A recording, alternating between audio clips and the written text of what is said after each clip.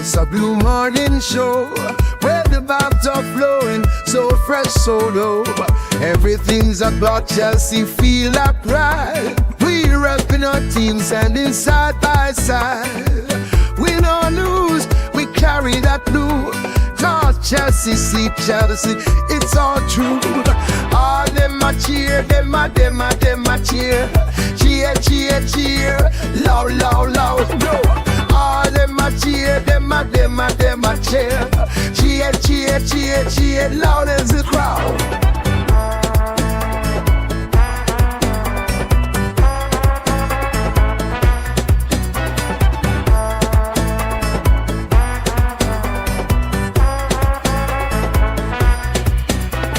In the stands we jump and sway, feel the beat. Got that rhythm in our hearts, can't take defeat. Every match we rise, watch the game unfold. Blue blood running deep, our story told. With every win we celebrate our crew. Chanting songs for Chelsea all day, it's true. All them a cheer, them a cheer. Cheer, cheer, cheer, loud, loud, loud, no one. All them a cheer, them a cheer. Cheer, cheer, cheer, cheer, loud as the crowd. Start the banners fly high under the sun. Every player on that field, together we run. With each kick we feel the passion ignite. For Chelsea our hearts shine forever bright. All them a cheer, them a cheer. Cheer, cheer, cheer, loud, loud, loud, no one. All them a cheer, them a cheer. Cheer, cheer, cheer, cheer, loud as the crowd.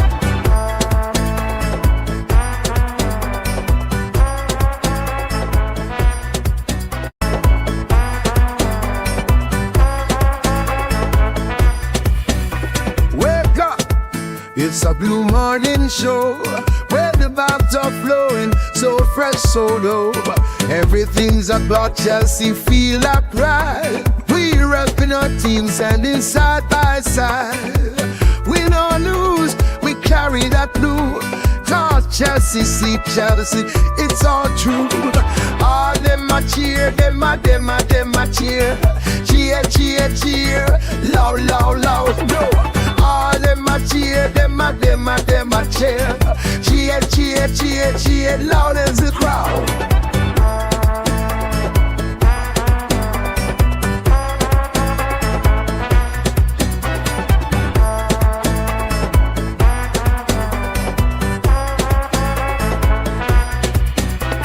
In the stands we jump and sway, feel the beat. Got that rhythm in our hearts, can't take defeat. Every match we rise, watch the game unfold. Blue blood running deep, our story told. With every win we celebrate our crew. Chanting songs for Chelsea all day, it's true. All them a cheer, them a cheer. Cheer, cheer, cheer, loud, loud, loud, no one. All them a cheer, them a cheer. Cheer, cheer, cheer, cheer, loud as the crowd. Start the banners fly high under the sun. Every player on that field, together we run. With each kick we feel the passion ignite. For Chelsea our hearts shine forever bright. All them a cheer, them a cheer. Cheer, cheer, cheer, loud, loud, loud, no one. All them a cheer, them a cheer. Cheer, cheer, cheer, cheer, loud as the crowd.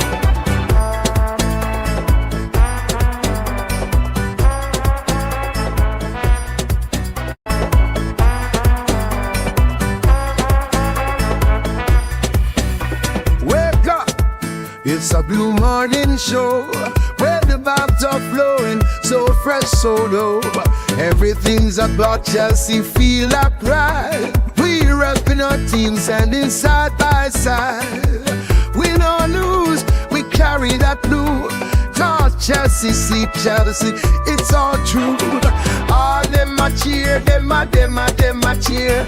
Cheer, cheer, cheer, loud, loud, loud, no. All them a cheer, them a cheer. Cheer, cheer, cheer, cheer, loud as the crowd.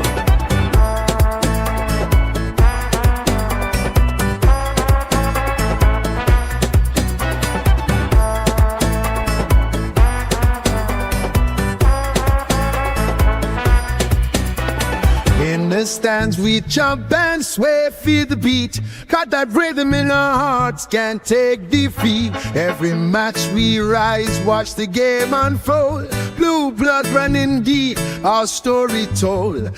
With every win we celebrate our crew.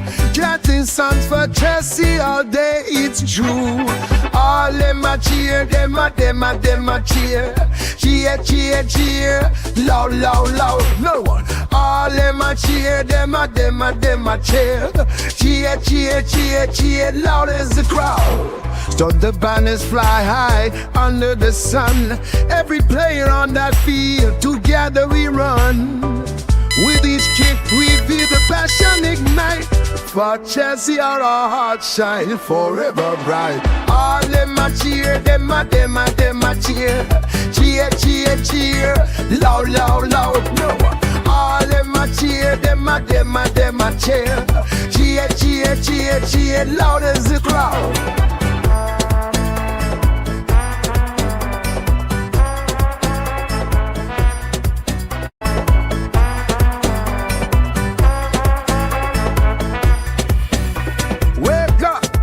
It's a blue morning show where the vibes are flowing, so fresh, so low. Everything's about Chelsea, feel like pride. We repping our team, standing side by side. Win or lose, we carry that blue. Cause Chelsea, see Chelsea, it's all true. All them a cheer, them a cheer. Cheer, cheer, cheer, loud, loud, loud, no. All them a cheer, them a cheer. Cheer, cheer, cheer, cheer, loud as the crowd.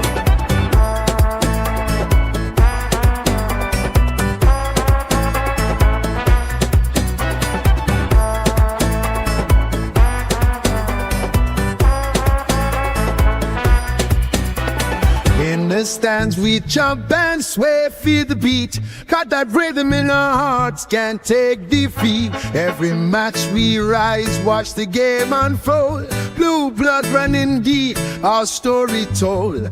With every win we celebrate our crew. Chanting songs for Chelsea all day, it's true. All them a cheer, them a cheer.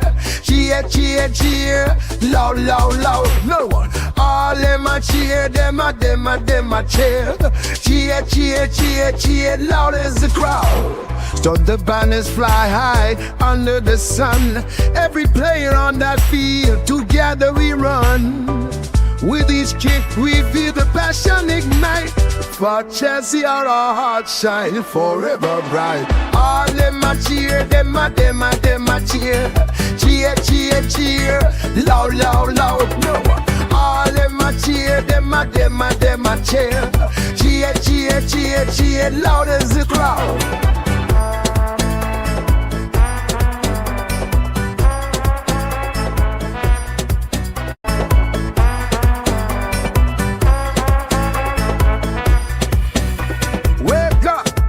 It's a blue morning show where the vibes are flowing, so fresh, so low.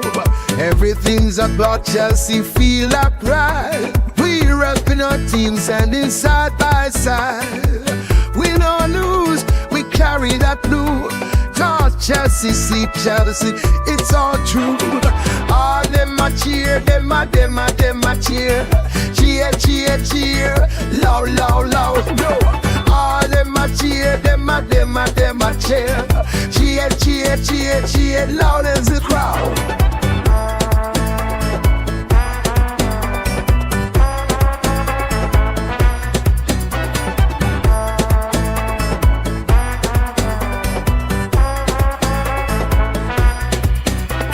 In the stands we jump and sway, feel the beat. Got that rhythm in our hearts, can't take defeat. Every match we rise, watch the game unfold. Blue blood running deep, our story told.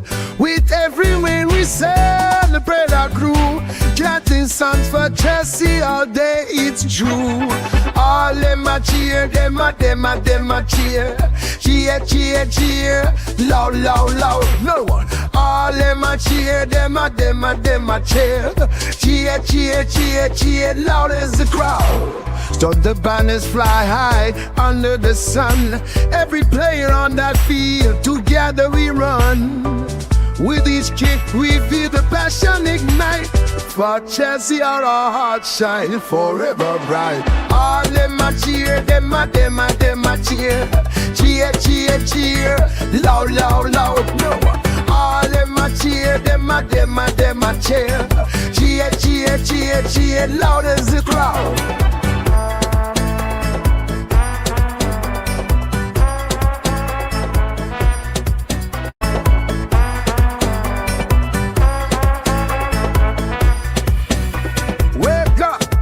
It's a blue morning show where the vibes are flowing, so fresh, so low. Yes, good people, big up to all of you. Welcome back to Chelsea Perspective. Welcome back for another edition of the Chelsea news lineup prediction show. I do hope you all are doing well. I appreciate you all once again. Thank you for all the support. And today it's going to be a mashup of News Hunt and Chelsea lineup prediction show. I do hope you're all doing well. Once again, welcome back to Chelsea Perspective and welcome for another edition of the Blue Morning Show. I do hope you're all doing well. Without wasting much of your time, we will get into it. We will try the best we can to correctly predict Enzo Maresca starting 11 today against Bournemouth away. As you already know, he is predictably unpredictable, which makes it even more difficult. But here's the thing. It is really not difficult because, we know who played our last game and we know who will start irrespective of whether they played 90 minutes or so, but we know who will probably not going to get a chance to play today. But that's, by the way, without wasting much of your time, I will go to the presentation window so we can start addressing the items we have lined up immediately without wasting your time at all. And hopefully, as I keep you busy, as you go news hunting with me, we'll stay busy and hopefully we'll get more panelists join the show so you can get diversified opinion and not listen just to me alone waffle. Okay? But thank you once again. 4 likes. We can do a lot better than that. We have 9 people currently following the show on YouTube. I think 4 likes isn't bad. In total, we have 14 and 9 on YouTube. The rest is shared between X and Facebook. Whether equally, Kuchila doesn't know. So we know the team news, and we're going to be looking a lot at what the manager has to say. Some of them, excuse me, let me take care of something quick. Some of them regarding that awful night against Leeds United. Some of them about players, how well they're doing and all that. Let's get into it. I wasn't gonna host one again today because I'm exhausted, but I don't want to disappoint you guys anymore. We're getting back to streaming consistently, and I think we're reaping the benefits actually. Let's see. Is that the first item actually? I think it is. Give me 1 second here. You should be here, and huge announcement. And if I forget, if we are 1 minute, you can say 1 hour into the show, and I haven't talked about the announcement, please do remind me. I think you all will love it. So the first item here, Pedro Neto is 5th top flight goal machine. Pedro Neto's 5th top flight goal makes him Chelsea's leading scorer and matches his best ever Premier League return. He's in excellent form of late, and long may that continue. He's selfless. Doesn't, you could say, prioritize personal glory over team glory. If you ask for an example, I'd say go watch the Chelsea versus PSG Club World Cup final. You'd learn a lot more about Pedro Neto. But that's probably why I do love him. I'm hearing a lot of people talking about how Chelsea are looking to sell Pedro Neto, but I think it's absolute horse dung. But that's a small opinion anyway. People have every right to believe what they believe. So let's see how Chelsea fans have to say he is in great form. He is. He's still need. Okay, this guy doesn't like him. I don't think this guy is a Chelsea fan, in my opinion. Neto is cooking low key. I see him doing 15 goals. I'm guessing. And Kello Bojalin says he is having the season of his life. What a guy. Very selfless player. I like that about him in terms of sacrificing, operating as an attacking player and helping mainly defensively. Um, yeah. So anything else here important? But did they lie? I'm not sure what else. I don't think there's much more to talk about that. And the second item here, Enzo Maresca says we need to be aware of where we go uh, when we are away. In terms of the intensity, the environment, whether it is a small pitch, we need to be ready for all those factors and be able to navigate them and not let them be a factor for us. Sorry for remixing that, but I just wanted to break it down a bit so that it makes sense to some people. What else here? Enzo Maresca says he learned from the Leeds game. He learned more from the Leeds game than against Arsenal or Barcelona because we did a few things wrong that we need to avoid in the future. Hopefully, we can start showing that against Bournemouth. I think it makes sense. You learn more when you falter than when you're winning.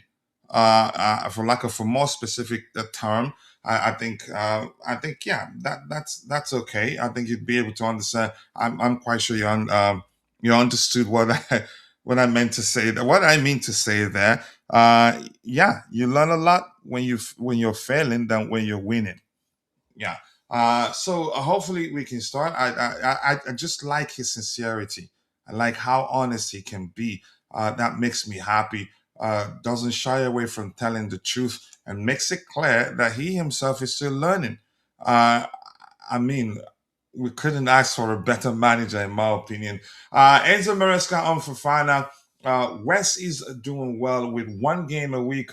I said Maresca. Hopefully, in the future, he can do 2 games a week. But I think it's too early for that now. What we don't want with Wesley Fofana is and to put him on and then he'll be out for 4, 5, 6 months out. We want to avoid that.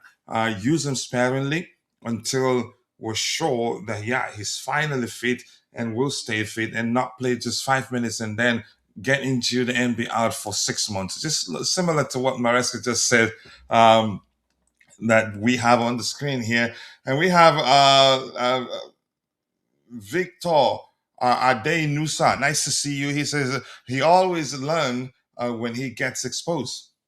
We're humans. I mean, when you we are not. Yeah. So that's accurate, really. As I said, you have a lot to learn when you're failing because when you're failing, nothing good is happening. So it's important that you learn what has led to you faltering. Yeah, if you're winning, yeah, you could still learn. If you're not too sure what led to you making the sort of progress you've made, it's important to go take a step back and learn what has led to you making such progress, and then continue doing the same thing. If that makes sense. So yeah, Wesley Fofana, I'm just happy he's been brilliant, and it turns out, yeah, he is one of our best defenders. I don't think we've lost a game that, yeah, and he was part of the starting 11. But that's by the way. Let's see what else do we have here. Keep dropping the likes on the stream, people. The likes do go a long way. I appreciate you all finding the time to join the conversation this particular morning. Enzo Maresca on Reece James. I want to play Reece James every game. He's much better and he's already playing 2 games a week, and then hopefully 3 games a week. He's already improving in terms of that. I would like him with Moises Caicedo now suspended to play every game, but we need Reece for the next games. Yeah, we need to take it slowly with him. We need not to risk him getting injured and staying out for 10 years. But I'm not sure how we're able to find a way uh, to help him recover and keep him fit because, yeah, this is the longest I've seen him stay fit for 3 seasons in a row, really. So it's you could argue it's a miracle. I'm not sure how they did it. Yeah, but long may that continue. I hope the Kate again. The same happens for Wesley Fofana, and that will make me happy. Yeah, this one here, interesting. What else we have? I think this one here and Enzo Maresca and Fofana. I think we've read that one. I had it open because there are subsequent comments below this one. So we read the, what did I do here? That's not correct. I think this one here. Every game. Yeah, so it's this one here. Enzo Maresca on Parma. I don't know if he can play 90 minutes, but Cole is ready to play from the start. Excellent news. So he's definitely starting today.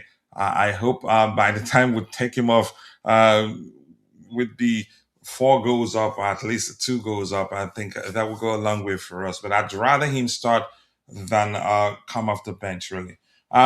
Let's see. Leon are in talks with Chelsea for out of form in talks with Chelsea for out of form for who out of form international Axel. I think something is missing there. Axel de Sissi regarding a move during the winter transfer window. Axel de Sissi is not playing for Chelsea this season. Yeah, I see some Chelsea fans were saying that would be better off with the Sissi than Tosin Adarabioyo. I mean, driven by frustration, of course.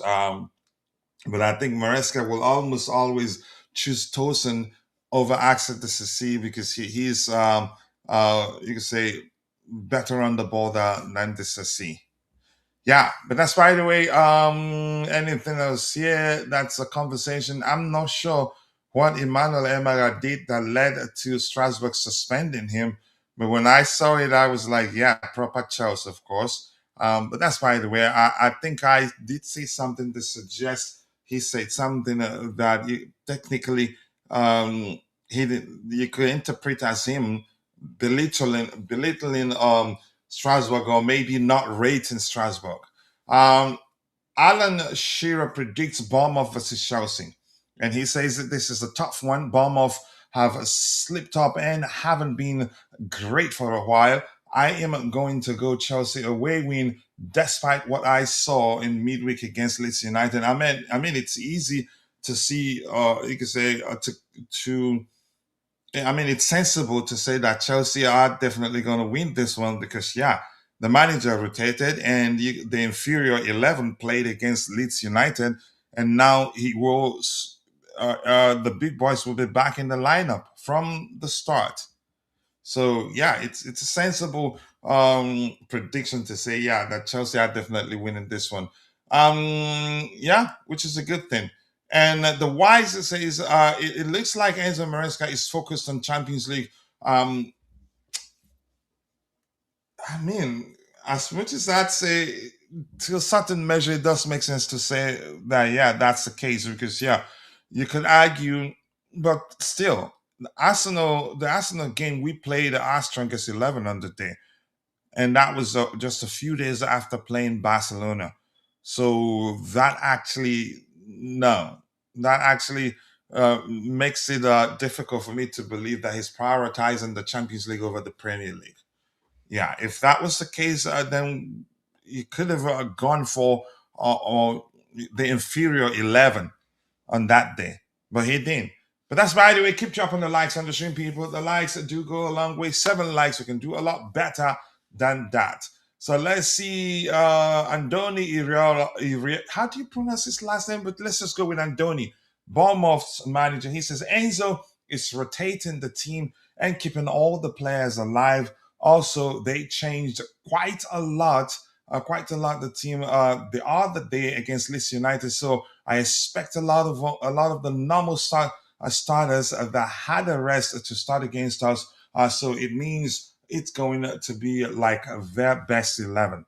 Of course, it's easy to see that one of the 11 is superior than the other, which I'm not against the manager rotating because I understand the need to rotate the 11.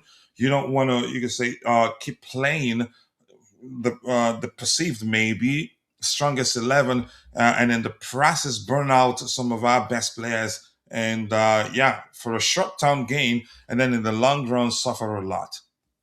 It just wouldn't make any sort of sense. All right, let me see anything else here to address. Keep dropping the likes on the stream, people. The likes do go a long way. I appreciate you all finding the time to join the conversation this particular morning. Right, Pep. I don't need to see this to know that Maresca is an excellent tactician. Really, he's not perfect, but my goodness, we're lucky to have him as our manager. Um, yeah. Let's see what Pep Guardiola has to say about Enzo Maresca here. Pep says one of the best managers in the world, Enzo Maresca. I know him quite well, but the job he's done at Chelsea does not get enough credit. Of course, there are some knuckleheads questioning his tactical ability. I don't know if they're paid to do that. If some individuals who'd like to get a chance to coach Chelsea just want him gone so they can come put in their CVs. But yeah, the owners love him. Eventually he's going to leave Chelsea someday, and I think probably he might be the one to say, "I'm gone."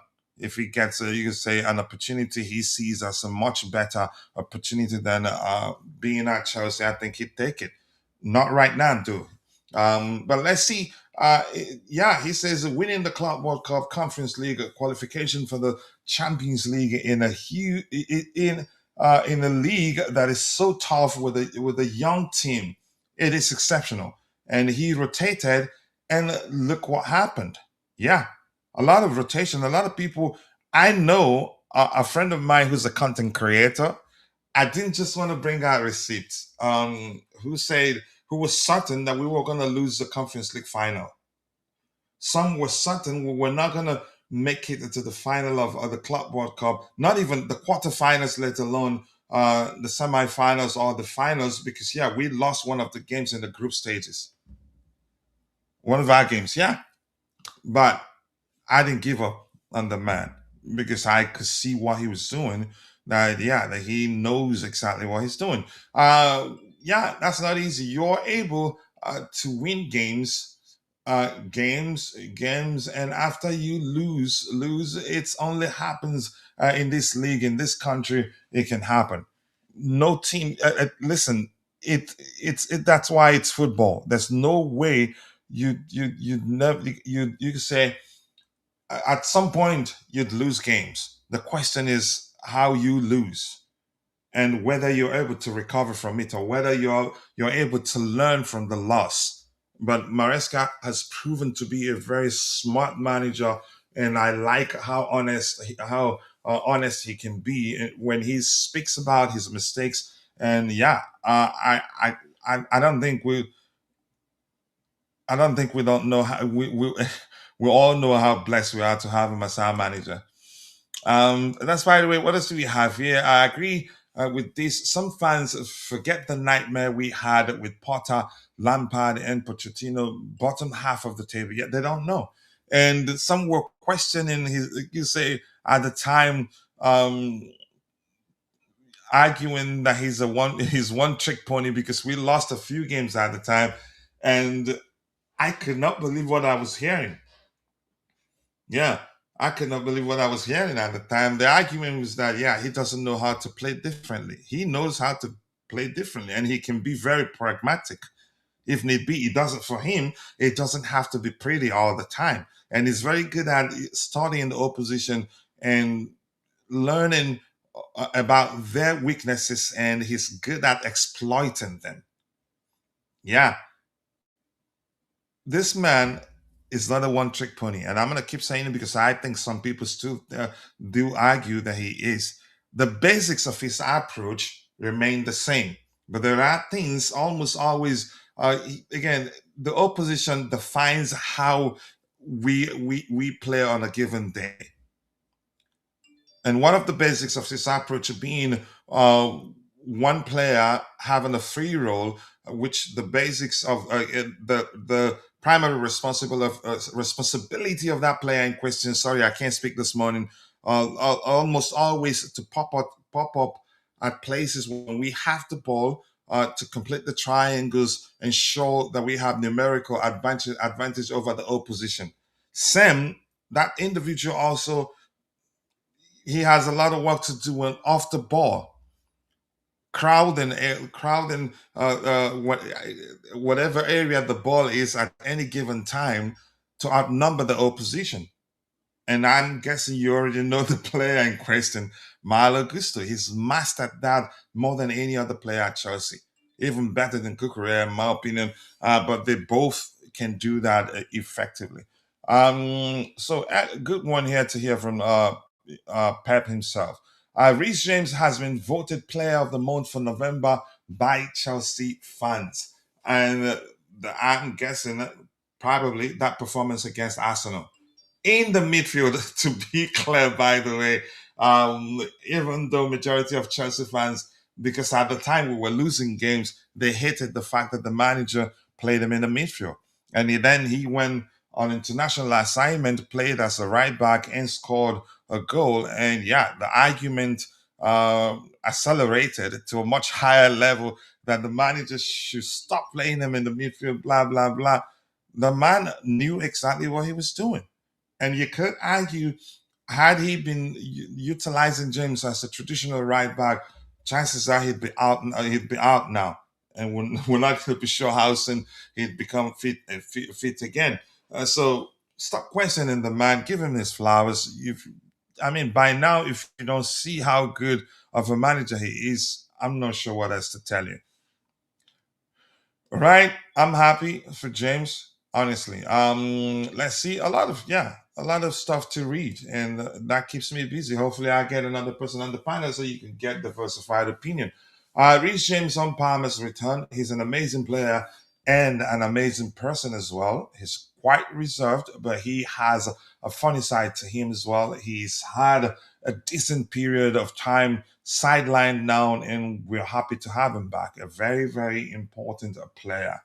He's like, yeah, I mean, a lot changes for us from now on, as long as he stays fit. I think he has the ability just to score two goals from nothing. There are very few players who have the ability just to make something out of nothing, and he has that.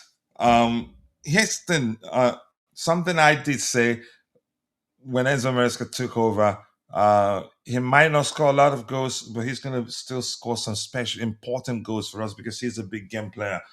Because we're more of a unit than we were under Pochettino when he scored tons of goals. And at the time, because we were very chaotic, we weren't a unit.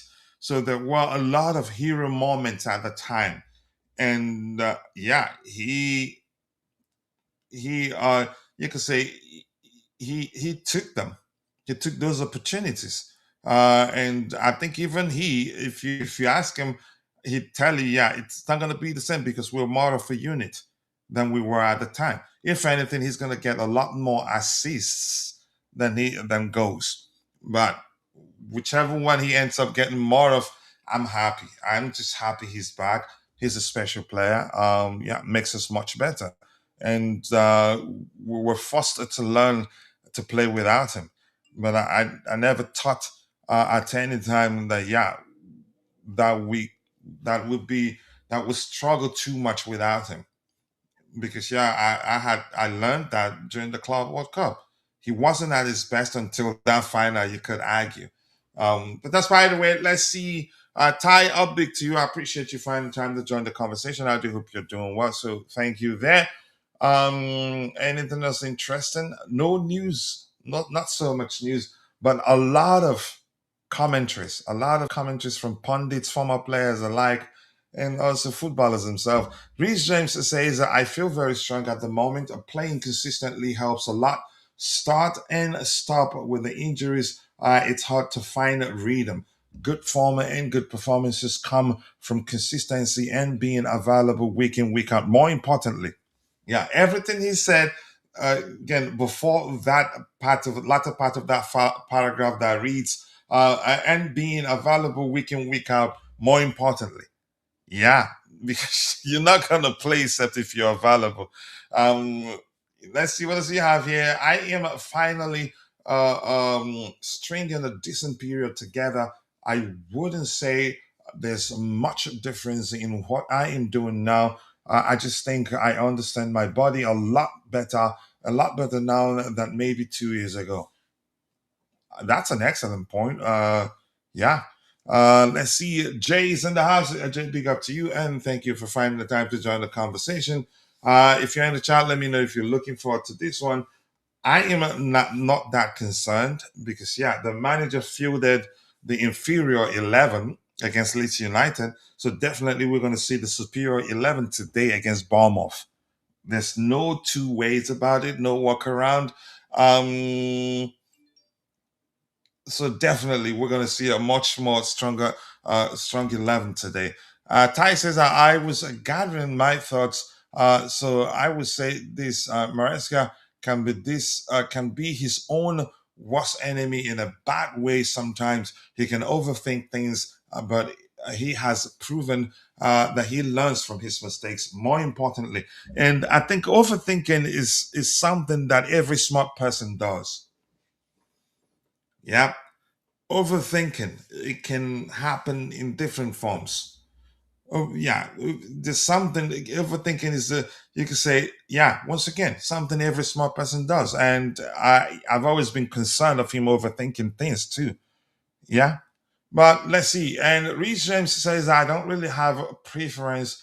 To be honest, I've played so much in both now. Maybe if you asked me a year ago, I probably would have had a preference. But the more I've kind of played half and half in both roles, I am just happy to be back on the pitch and helping the team. And believe me, this guy is a special talent, man. And more importantly, what marvels me is his footballing intelligence. And I've said this 1,000 times, but I'm still going to say it. I'm a sucker for intelligent footballers. Yeah, the first thing I look for in a footballer is that footballer's footballing intelligence, football, whatever you want to say. But this guy is such an intelligent player. My goodness. You could. I used to think probably he is. I used to say that Ruben Loftus-Cheek, in my opinion, is one of the most technically gifted players ever to have graduated from the Chelsea Academy. But I think James is up there, maybe more technically gifted than Ruben Loftus-Cheek. And Josh Archibong, from what I've seen so far, not enough sample size as would always say here, but I think that kid is a special player. All right, more likes, people, more likes. Keep dropping the likes on the stream, people. The likes do go a long way. And the poll, which asks the question, can Chelsea actually get a result away from home against Bournemouth today? 29% says just pain. Pain, just pain. 29% says Cherry upset, and 43% Chelsea masterclass, and 0 say Chaos ball 4-4 draw. Yeah, interesting. I really want to end the poll as soon as possible so I can use it to beg for likes. All right. Iraola, what's his first name again? The Bournemouth manager told BBC Sports the absence of fundamental defensive midfielder Tyler Adams is a major setback, especially with Lewis Cook also unavailable. Iraola is expected to field someone out of position in midfield, likely James Hill or Alex Scott against Chelsea. Yeah, and we did talk about whether I did ask the panelists a question yesterday whether they're concerned that Charity FC might strike today. They're not. I hope the superior 11 that gets stuck again today, they don't take it for granted. They don't. You can say go into the game with the mindset that the 3 points are ours already without without putting in the effort needed to win the game. I just don't want that to happen. Right? Anything else? Yeah. Okay, Vince's opinion there. Vince's opinion here. Right. Nothing new. I'm just gonna refresh it to see if anything new emerged. But please keep dropping the likes on the stream, people. The likes do go a long way. We have 8 likes, 8 people following the show on YouTube, 10 likes, 22 people in total. Okay, 8 on YouTube. The rest are shared between X and Facebook, or that equally. I honestly do not know.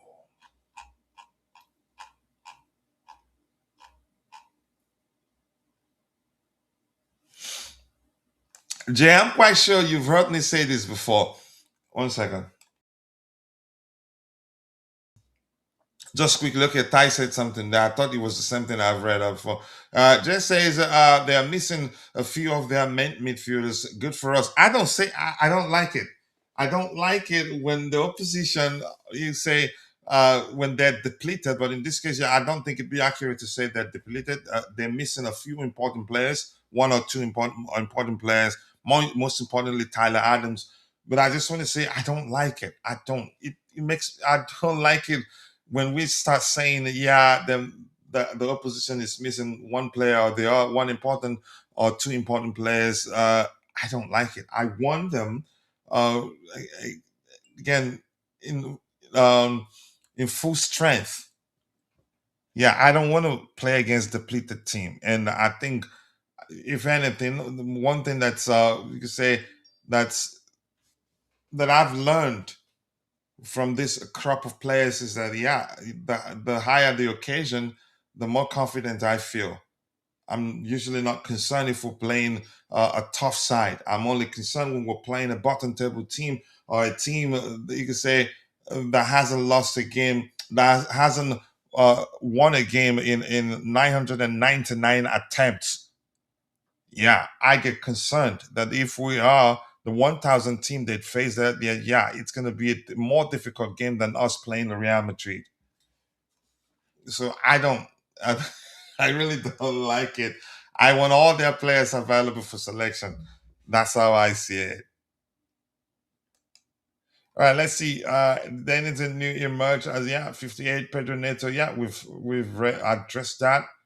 Okay, let's see let's read Vince's opinion just to waste time a bit.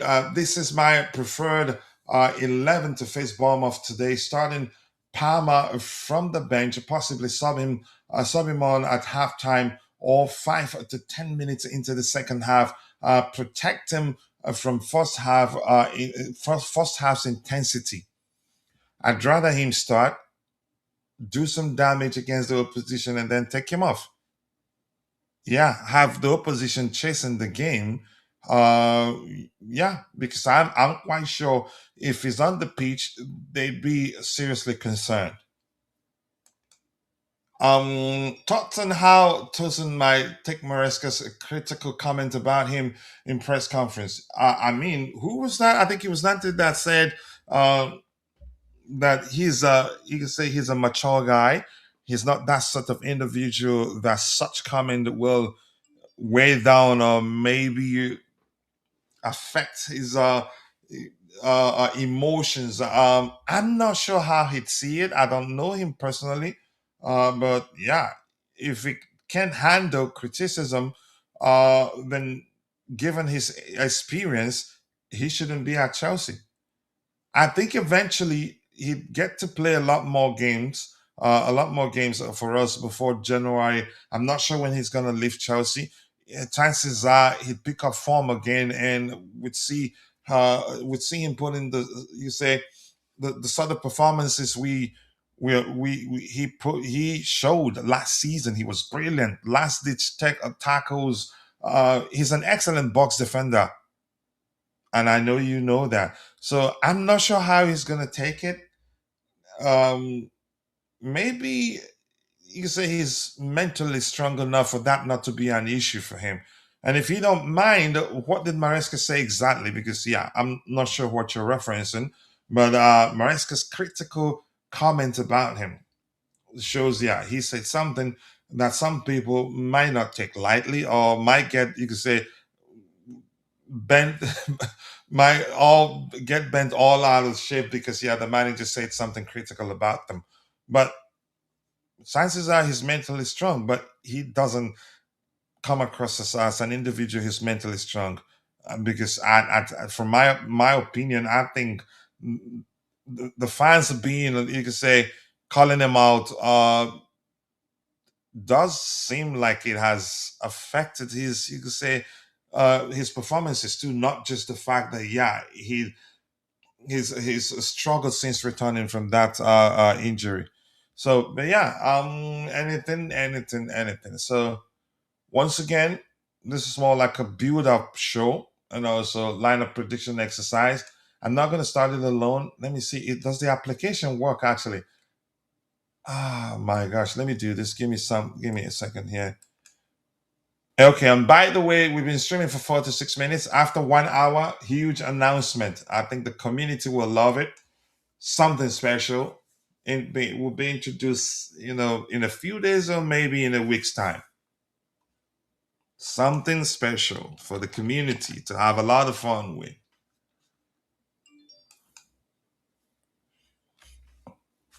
More likes, people, more likes. 10 likes, 15 likes. If people still following the show on YouTube, if you haven't, please take a second, drop a like on the video, and also do subscribe to the channel if you haven't.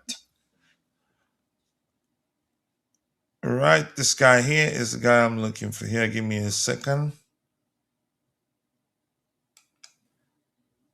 All right, so this guy still works, but we're gonna stop using it. But the difference is that it is bigger than the one we might switch to. That one covers everything. It will have mobile. Uh, I don't want to announce that now, so we still have 13 minutes. The promise is that I will make the announcement in an hour. But let's stay here. So I've voted, so I cannot vote again.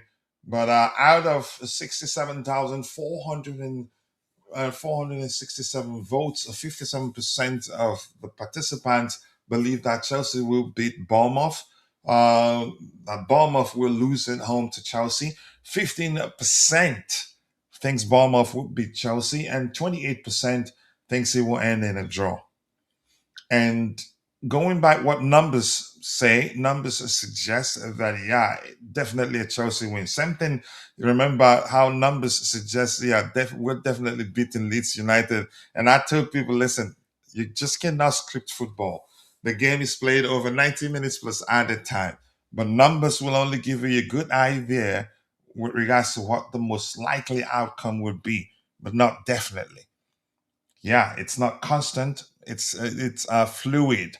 Yeah, because it's not plugged into a certain machine, and that, yeah, that you'd be so certain that the outcome will most definitely be, yeah, something.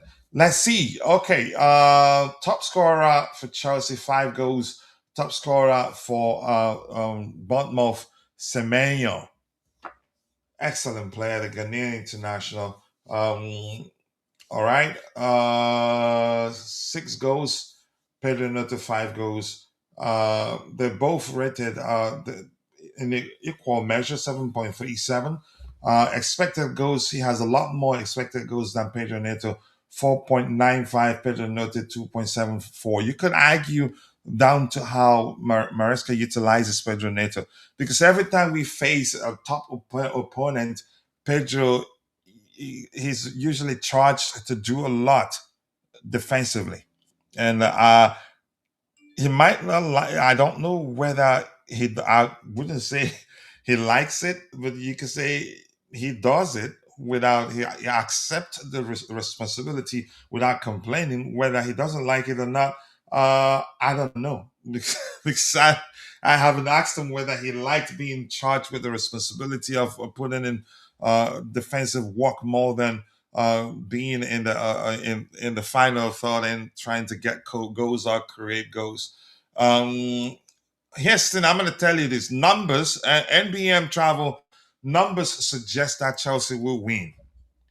And if what I'm thinking is the reason why you're asking this question, I'd say hesitant. It's not a certainty. numbers suggest what the most likely outcome would be, but you just cannot script football, which is why you have underdogs. You get the point now. But you'd rather, I think it only makes sense that you go with what numbers suggest.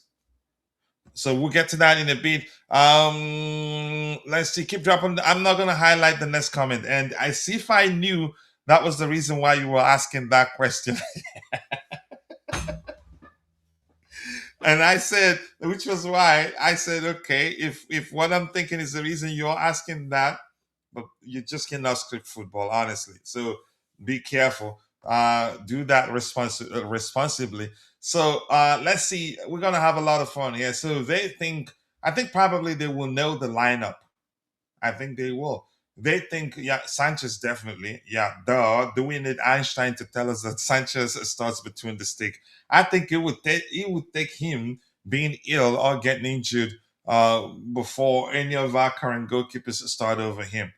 Even though I think that Philip Jorgensen is a very good goalkeeper, but probably, yeah, suffering from low confidence and just cannot compete right now.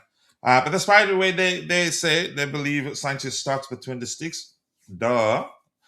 Two centre backs, Wesley Fofana and Trevor Chalobah. I'm thinking chances are we'd see Josh Achampong play alongside Wesley Fofana today.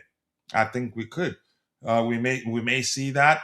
Left back Marco Correa, right back Malo Gusto, two sixes Reece James and Enzo Fernandez, which means we'd have you could say we'd have a very good protection for our defensive line. 10 Cole Palmer, left wing Alejandro Garnacho, right wing Pedro Neto, and number 9 João Pedro.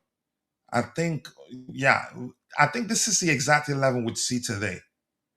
No surprise. I think Garnacho starts. Maresca seems to like him. Maybe he could decide to Neto starts. No, Neto starts. I don't see. Yeah, maybe Kukurea, maybe for Euro Hato. But here's the thing: we've talked about Hato's situation. He's not a bad player, but he has such a bad game against Karabag that, yeah, he needs a mental recovery. But Maresca did 90% of what he had to do to ensure he doesn't. You could say his confidence doesn't take a nosedive. He let him finish that game, and that was very important and very, you could say, good management. Had he taken him off on the day, chances are would never see him again until the end of the season. Probably we'll start hearing talks of him going on loan to a certain club in January. So I'm just happy Maresca handled that very well. I think he will, you could say, kickstart his Chelsea career in a cup game. Yeah. So he says, yeah, is Chelsea missing any key players? Caicedo, of course, man. How can you do what? How can you do what has led to you asking such questions and not know if Chelsea are missing any players? But that's, by the way. And I have a Jay in the house. Jay, big up to you. I do hope you're doing well. Thank you for finding the time to join me on the panel. Yeah, what brings you here? Let me ask. Pick up, coach. I think that's the most accurate way to put it, Jay. What brings you onto the panel, Jay? I don't know. You were struggling alone, so I thought Well, you felt, here's maybe to come. reminds me. Um, I think it was a joke, but I think there's some truth to it. In some churches, the pastor will say, "There's somebody here. This is happening to that person. Happening to that person." Even if he's lying, one person from the congregation just don't want to put him to shame and just walk out there to make him seem like he's saying the truth. But that's, by the way, Jay. Let's hear you. Hmm.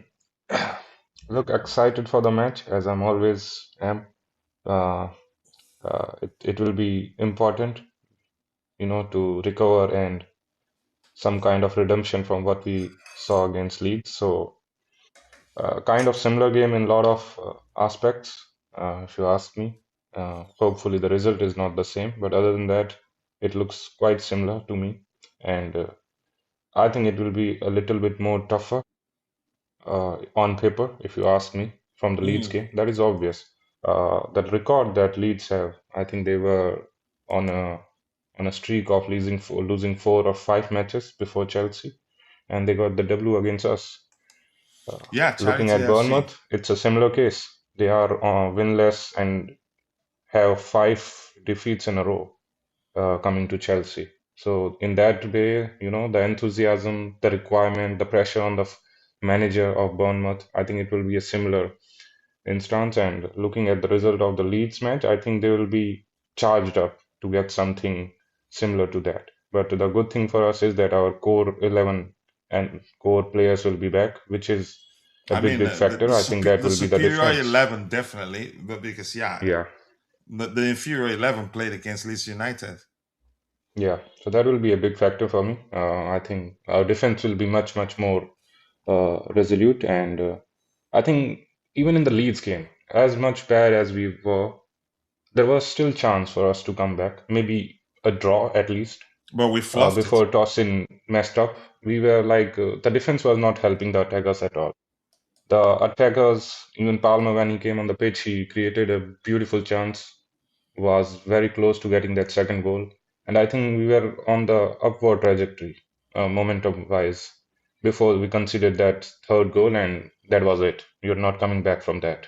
So I think even if we are behind in this game, I think the attackers will still have chances because the defense might be much, much more solid and we won't concede any silly goals today. So yeah, I'm pretty And with hopeful for Reece this James game. on the pitch, I think our defensive line will have a lot more, you could say, much better protection than they had against Leeds United. Yeah, defensively as well as offensively. We know how much Maresca's system depends on ball playing centre backs and the progression of ball through the centre backs and even the midfield, which we might see the likes of Reece James most probably in the centre with Enzo Fernandez. So I think the progression will be much much better. So it's not only defensive; we will be much more fluid in attack as well. All right, let me ask you this. The fact that you'd already mentioned that they'd be pumped, given the fact Yeah. that Leeds United, after losing a lot of games, got a W against us. The fact that they'd be pumped and they'd be confident that they can get a win against us, does that favor us in any way? No, I don't think that favors us significantly because that results in the charging up of the crowd, which is always against the opponent team who is visiting the ground. So the fans will be much much more motivated. So that is a factor, and hence why I was listening to your show. I think there was the talk of. I think you were addressing Vince's comment about Palmer being a starter or he should come from the bench. I think he should start.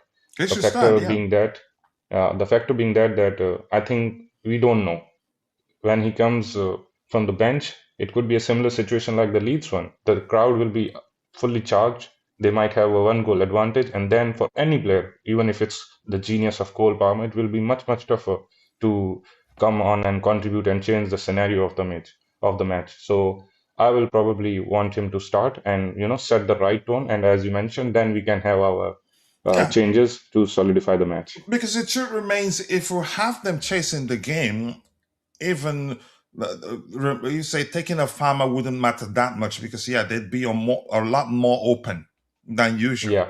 Yeah. Hmm. You don't want to bring on Cole Palmer when you say Cole Palmer is still a kid himself. He's human, and the sort of chance he missed against Leeds United, if you didn't see that, if you saw that, you'd know. Yeah, he's human.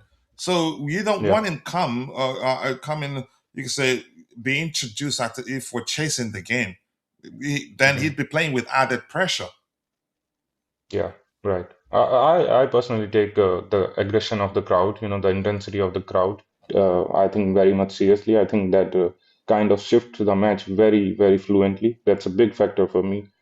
I know it's not tactical or anything, but I think that does play a big part for me. And I think there should be a normal, understanding about bringing a player who's been out for a while. for example, Cole Palmer. I think you can do such things maybe at your home ground because you will have the advantage of the crowd. You have a little bit more, backing of a certain non-tangible elements on your side. At away grounds, I think you should not take any risk like that. You should play with your best 11 as far as they are fitter and available to start. As Maresca mentioned in the press yesterday that Palmer is ready to start. He specifically mentioned it, so I think he will most probably start. Most likely, I thought he was going to start against Leeds United, and Yeah. chances are, had he started, I think we'd have gotten something out of that game, in my opinion. Here's the thing: I think we have a lot of people in the chat that are into something I don't want to say here. It could get lead to the video getting demonetized. Uh, Look, let me give you a tip here. You should always go look at, just pay attention. I would do it now. Let's see what numbers tell us. And we've compared the two teams. Team comparison. Okay, let's do that again. Let's do it one more time. I hope that nonsense doesn't slow down my system. But you should always pay attention to learn how to interpret what numbers suggest will happen. Numbers, you can say statistics, aka numbers. It's not you. If you're good, if you learn to interpret numbers, to read numbers and be able to come to a sensible conclusion with regards to what the most likely outcome of a particular game would be, I think it will go a long way for you. And in this case, let's just keep it simple here. But that doesn't mean certainly, it's not a certainty because it's fluid. It's not like you plugging in numbers in a machine and then hitting enter, and then you're certain you're going to get a certain outcome. That's different. Um, so let's look at insights and see what insights tell us. Insights say Bournemouth, they've scored 5 goals in their last 5 matches. Okay, they're averaging, let me look at it here. They scored 1 here, 2 here, 2 here. You could argue they're averaging, let's say 1. I think that might be up to 1. I don't know how, I can't calculate that accurately off the top of my head, but let's just stick with how many goals. They scored 5 goals in their last 5 matches, and we scored 10 goals in our last 5 matches. That tells you that, yeah, we scored 5 more than them. We scored twice as many goals as they scored. If you're going by that alone, you could say, yeah, most likely then we might concede, but we will outscore them if we're clinical. If we, you could say, take our chances on the day. The second one also, they haven't kept a clean sheet in 5 matches. And in that case, look, if you look at things from Chelsea's own perspective, we've kept until that I think until that Arsenal game, Leeds United game, we kept about 3 clean sheets in a row. Yeah, and that's a factor too to consider. Then Chelsea haven't lost to, but history sometimes you can argue it doesn't always play a part, but sometimes it just how the way, because history, they say, has a knack, or has a habit of repeating itself. Because yeah, sometimes when players are aware, if they're aware that, yeah, that we've beaten them, that Chelsea haven't lost to them in our last you can say matchup against them, it could affect them mentally. It depends on the experience of the players in question. We've won 5 and drawn 3. We're ranked third in terms of form, away form. So numbers say, yeah, Chelsea will beat them. Most likely, Chelsea will most likely beat them. That's not to say that certainly Chelsea are going to beat Bournemouth. Once again, you just cannot script football. The game is played over 90 minutes plus added time. I don't know if you have anything to add to that, Jay. Yeah, I think you pretty much mentioned everything. Look, stats are there, records are there, and they have their own importance. Before the match, it's important for their existence as well to how you plan and attack certain opponents. So I think stats and these things does play their part, but eventually it all comes down to what you are going to do on the pitch. These are humans; they are on the pitch, Mhm. and it's their day, it's not their day. A lot of factors can contribute to the outcome of the result, and statistics and records just goes out at that moment. It's you and the opponent on the pitch. Yeah. If we are looking on paper, look at the Leeds team. I think the whole 11 of Leeds must value less than what Andres Santos value is in the current market. So you can't really evaluate like that. And he was not Santos was not the best player on the pitch. There were certain a lot of Leeds players better than him on the pitch. So we cannot really judge things on papers. So anything can happen. It's a very uh, fierce crowd of Bournemouth I've seen, and these we got the record: 8 matches, 5 victories, 3 draws. This 3 draws does not tell the real picture. It could be that these 3 draws came by them scoring in the injury time and clinching away 3 points from us, and it being a draw. So a lot can happen in this game. It's just that I trust our certain individuals to carry us through this match. Oh yeah, we'll be playing the superior 11 today. And something else, more importantly, you have to pay attention to is the average goal per 90 minutes. Before the Mhm. Arsenal game, I think the insights, yeah, present has part of it that presented Arsenal's average goal per game and Chelsea's average goal per game per 90 minutes. We are at the time we asked was around 1.9 plus or 2 at most, and Arsenal's was 2.04 or something to that effect, similar, something close to that, which means you could say it's within the margin of error. Yeah, and I was Yeah. screaming, that looks like a game that will end in a draw. And I said, most likely a draw. I said it a lot of times. So those things are factors you'd have to know how to interpret to get a sensible idea with regards to how a game will most likely end. But sometimes it will disappoint you. Numbers will look like you look at the you look at it and say, what is this? You're not going to believe what happened. And I remember somebody in the chat saying, I think it was during that not pre-game show, the preview, Arsenal preview show, that Leeds defied mathematics the year they won the Premier League. And I couldn't agree more. And that's to show you it's simple. You cannot script football. Numbers will say what they want, what they say, but it's not like you plug them into a machine, hit enter, and then expect a certain answer. Definitely, you know it's going to happen. No, it's fluid because humans are involved. Humans had to slug it out for 90 minutes. Yeah, for that to happen. Leicester City. Thank you, Tomo Tai. I misquoted it. But of course, you have to come and put me on the spot, right? You weren't watching until I made a mistake. You showed up to come tell the world, yeah. To be honest, that Chimera, was a blunder. Shanks, nice to see you. I do hope you're doing well. So let me show you guys this again. Bournemouth. Bournemouth 24. Yep. And then Chelsea. So it's really not that simple here. Look at it. So it's not every look at the metrics.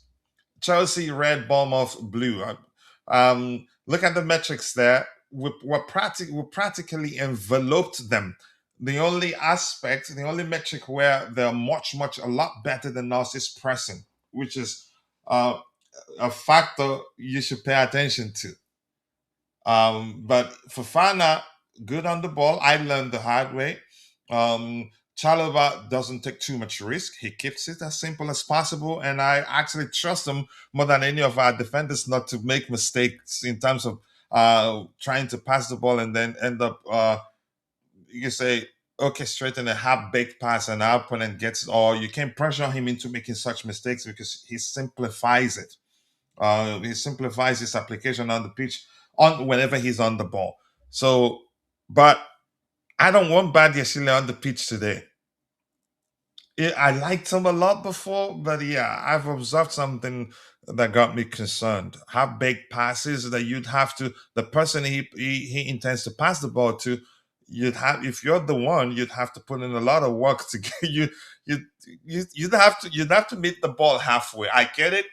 You could say the when you teach kids how to play, you teach them to always advance towards the ball, even if it's accurate, because you never know, your opponent might just intercept it. But he's just too much. That got me concerned. I don't want to see him on the pitch today. I'd rather Josh Archibong and Wesley Fofana, or even Josh Archibong and Chaloba and Wesley Fofana, honestly. I don't know if you have anything to add to that. We've talked about yesterday. These guys, they press effectively. They press as a unit. They don't just run around for the sake of it. And in that case, quite they know. It depends on who they see on the pitch. But even irrespective of who we have on the pitch in terms of our back line, they know they can get something out of us by pressing effectively. Because every time we seem to make 1, 2, 3, or up to 5 mistakes per game from playing out from the back. I don't know if you want to add anything to that. No, I think we discussed this last night. I Mm-hmm. think it's fairly even in terms of pressing. Yeah, I know the graph shows that they are a little above than us in the metric of pressing, but I think we have seen it.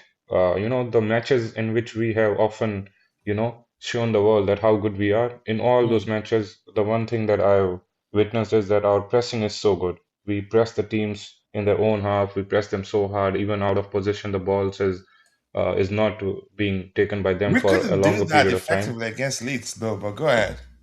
No, obviously not. Look, a lot of things does matter to pressing. It's not a simple thing to do. I think as a team, when you press, it's only then that you will see the positive side of pressing.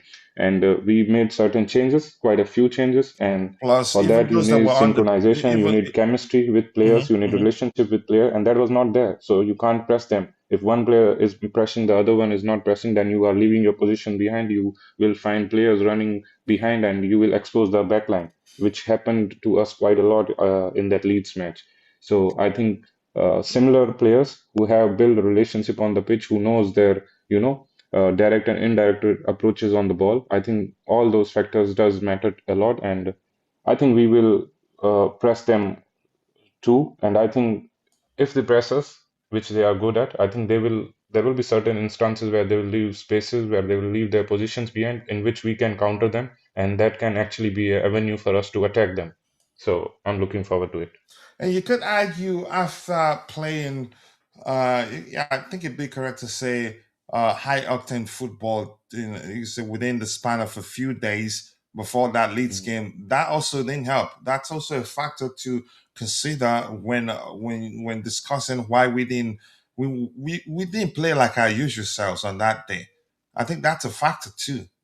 And the Yeah, manager definitely. I think they did gave. talk about that. Go ahead.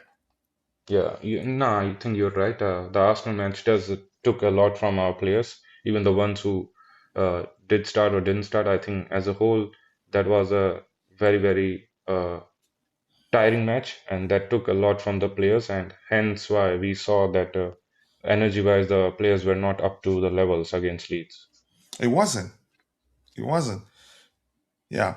Ty says, okay, he was watching. I heard everything Jay said, and you said from the stats numbers that you shared. Okay. All right. Let's see. Semenyo will show off again. He always turns up against us. Esteban must redeem himself from that. Was You said the sort of was what we saw against Leeds United. He's supposed to be cooking these bottom table teams, but it was a game where nearly every player on the pitch on that day was SHIT. I mean, in all honesty, it just out of frustration. I usually in that sort of game, after that sort of a performance, it was a collective failure, in my opinion. I usually don't like singling out. I usually don't like to single out the performance of a single individual, honestly. But yeah, Hmm. well, I Tosin's think case, just I want to just add had to to the because it wasn't a one-off thing. Go ahead.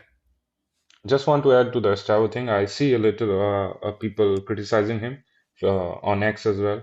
I think we need to chill a little bit on him. He's an 18-year-old kid.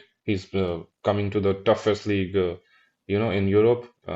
And so I think it was always going to be tough for him. He is overachieving and overperforming. Let's keep that straight into our head. I think whatever he's doing, whatever he has done, I think it has shocked a lot of people. And yeah, whenever he does not perform or does put a little bit of, off performances, I think we need to take him a little lightly. He's just an 18-year-old kid. He will get better with more minutes, and yeah, don't need to get too hard on him. And his thing, I think some people probably after that game realize why the manager needed to protect him. Look at Yeah, how, yeah, exactly. look at how you can say things are right now, and imagine how it could have been had the manager not realize that, yeah, he must manage his starting life as a Chelsea player carefully, otherwise he'd be playing with a lot of pressure. Because if the manager, if he followed fans' opinion and start doing what the fans wanted him to do, feel them week in week out, he'd start feeling the weight of the entire club on him at 18, and that's dangerous. Go ahead, Jay. You wanted to say something? No, I think that is pretty much done. I see a comment that Yamal is also 18. Look, that's not fair. We all know that Yamal uh, was slowly integrated in that Barcelona team Exactly. by Xavi, He didn't and just that's his emerge from second the or sky. yes, exactly. This is Estavo, and his case is different. Give Estavo 1 year, and then maybe we'll see where he is and where he's not. As Yamal has got that year in his bank, and he was not playing regularly. He was also the subject of criticism by some fans, which is also wrong. For any 18-year-old, for any kid, I think we all should be light on them. They We don't deserve should. that much of And a good criticism. And point Maresca there. was right. You are absolutely right, coach. Whatever he was saying, the fans kind of proved him right. That is why he was protecting him. That is why he was not playing him regularly. And fans proved him right why he was protecting him. And he did something that showed he's a kid. Exactly. That was a red card. Clear. He was very lucky to survive that. Yeah. So imagine him playing with a lot more pressure on him. Imagine had the manager not, you could say, opted to make his integration a gradual process. Imagine him playing with the pressure of feeling like, yeah, he has to perform, otherwise we're losing, otherwise the fans would turn on him. Yeah. So And it's he, really we must learn to be patient when it comes to introducing players. It has to be a gradual process. Go ahead, Jay. And even, on the technical side, if we look at the nitty-gritties and the small details, remember on the fullback side, on the right back side, it was Chaluba, not a natural right back. Most often than not, Estavo is being helped by Gusto and Reece James, who are much more helping, him in on that flanks. I think he was receiving no help at all from Chaluba, and that is why he was left alone fighting the physical battle with that Leeds defender, and that made the case much more worse than what it actually could have been. Yeah, I agree. I agree. And Shanks is saying, in fact, I'd bench João Pedro, put Neto as first nine, Engu. I start Margui at this point. I'm not saying João Pedro is a bad player, and I'm not saying what's his name, Delap is a bad player either. But I think Mark deserves to be given a real chance. Honestly, he deserves to be given a real chance. Maybe that will light fire uh, behind João Exactly. Pedro and what's his name and the lap and get them to do a lot better. I'm not saying both are bad players, but sometimes you need to just show them, yeah, if you're not giving me what I want, I'm going with this kid. And Guy, as much as I think is not Maresca's, you can say, type of preferred type of number nine, I think he'd press better. That he presses better than both. Yeah. I think he did better than them. But I want to get your thoughts, Jay. Look, we all know, we all saw what Margu offers, and we are all in love with what he offers in the little minutes that he gets. I think he's a pressing monster. He has a lot of energy from minute one to X, whatever he gets on the pitch. He gives his all. But I think it's a sensitive case as well. We have to look for the manager's headache as well. That if he starts Margue and bench two big superstars like João Pedro and Dilap, that doesn't really fit nicely with the whole environment of the squad as well. So I'm not saying like that's a wild thing to do, but he needs to be very careful because the handling of such matters needs a little caution. And yeah, we'll see how it Yeah, goes he's on. I probably think not it's going a, to do it's it now because things are, you say, and bad. Um, yeah. he's not going to do it now. He'll still be given João Pedro and the lab priority over. He'll still be prioritizing starting either of the two senior strikers over Mm. him. But he gets to play in the cup game, and yeah, unfortunately, it is what it is. Except if I'm this a, guy, yeah, go ahead. I'm a little more critical about João Pedro than Delap. I think Delap is coming back from an injury and also to a new team, a new system, and everything new as well. And no full Uh, preseason. yeah, while João Pedro has been in the Premier League for a while, he has quite a lot of experience of Premier League with Brighton, and he knows the ins and out. And he also gave us that, the dream in the Club World Cup, which suddenly he's struggling a bit. So I am a little more critical. I'll be a little bit more critical towards João Pedro rather than Delap. I think Delap needs a little time. He's coming back from an injury, and Maresca also puts his trust on Delap that he's pretty sure that he will bang goals for Chelsea sooner than later. He will. Both will score. Eventually, it needs. We just need to be patient. He makes good runs, strategic runs, and people know. I know a lot of people don't know that he's actually very good on the ball. That's because, yeah, when you're as physical as the lab, people hardly ever look beyond that physical aspect of your game to see that, yeah, you're actually technically gifted. Eventually, he will come good. Yeah, it is what it is right now. And big up to you too, Chelsea Ultra. Nice to see you. Says good morning, all you beautiful people. Good morning to you too. I appreciate you finding the time to join the conversation. Barcelona fans, don't say let's go easy on Yamal. He's on 18. Do you live with them? I'm quite sure you're done. Because yeah, the X Fair is like also you don't see much of what Barcelona fans say. Yeah, you see mainly what Chelsea fans say. You only get to pay attention to what they have to say just because we played against them of late or because you watch La Liga in most cases, but that's not your focus. If you get my opinion, Heston, the truth remains Yamal did not emerge out of nowhere. The process was gradual, and then eventually he peaked. Yeah, maybe yeah, you could say he matured, become more experienced, and then yeah, able to deal with responsibilities, a lot more responsibilities as a team, as a player. The ironic thing is that the lab knows how to press. Something is off with him.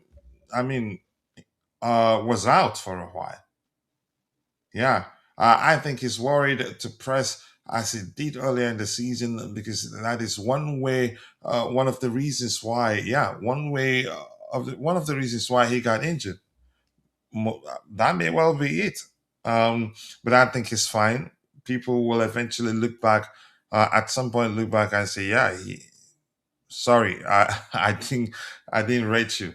Guy doesn't stop running. He's a machine, and is much faster than both.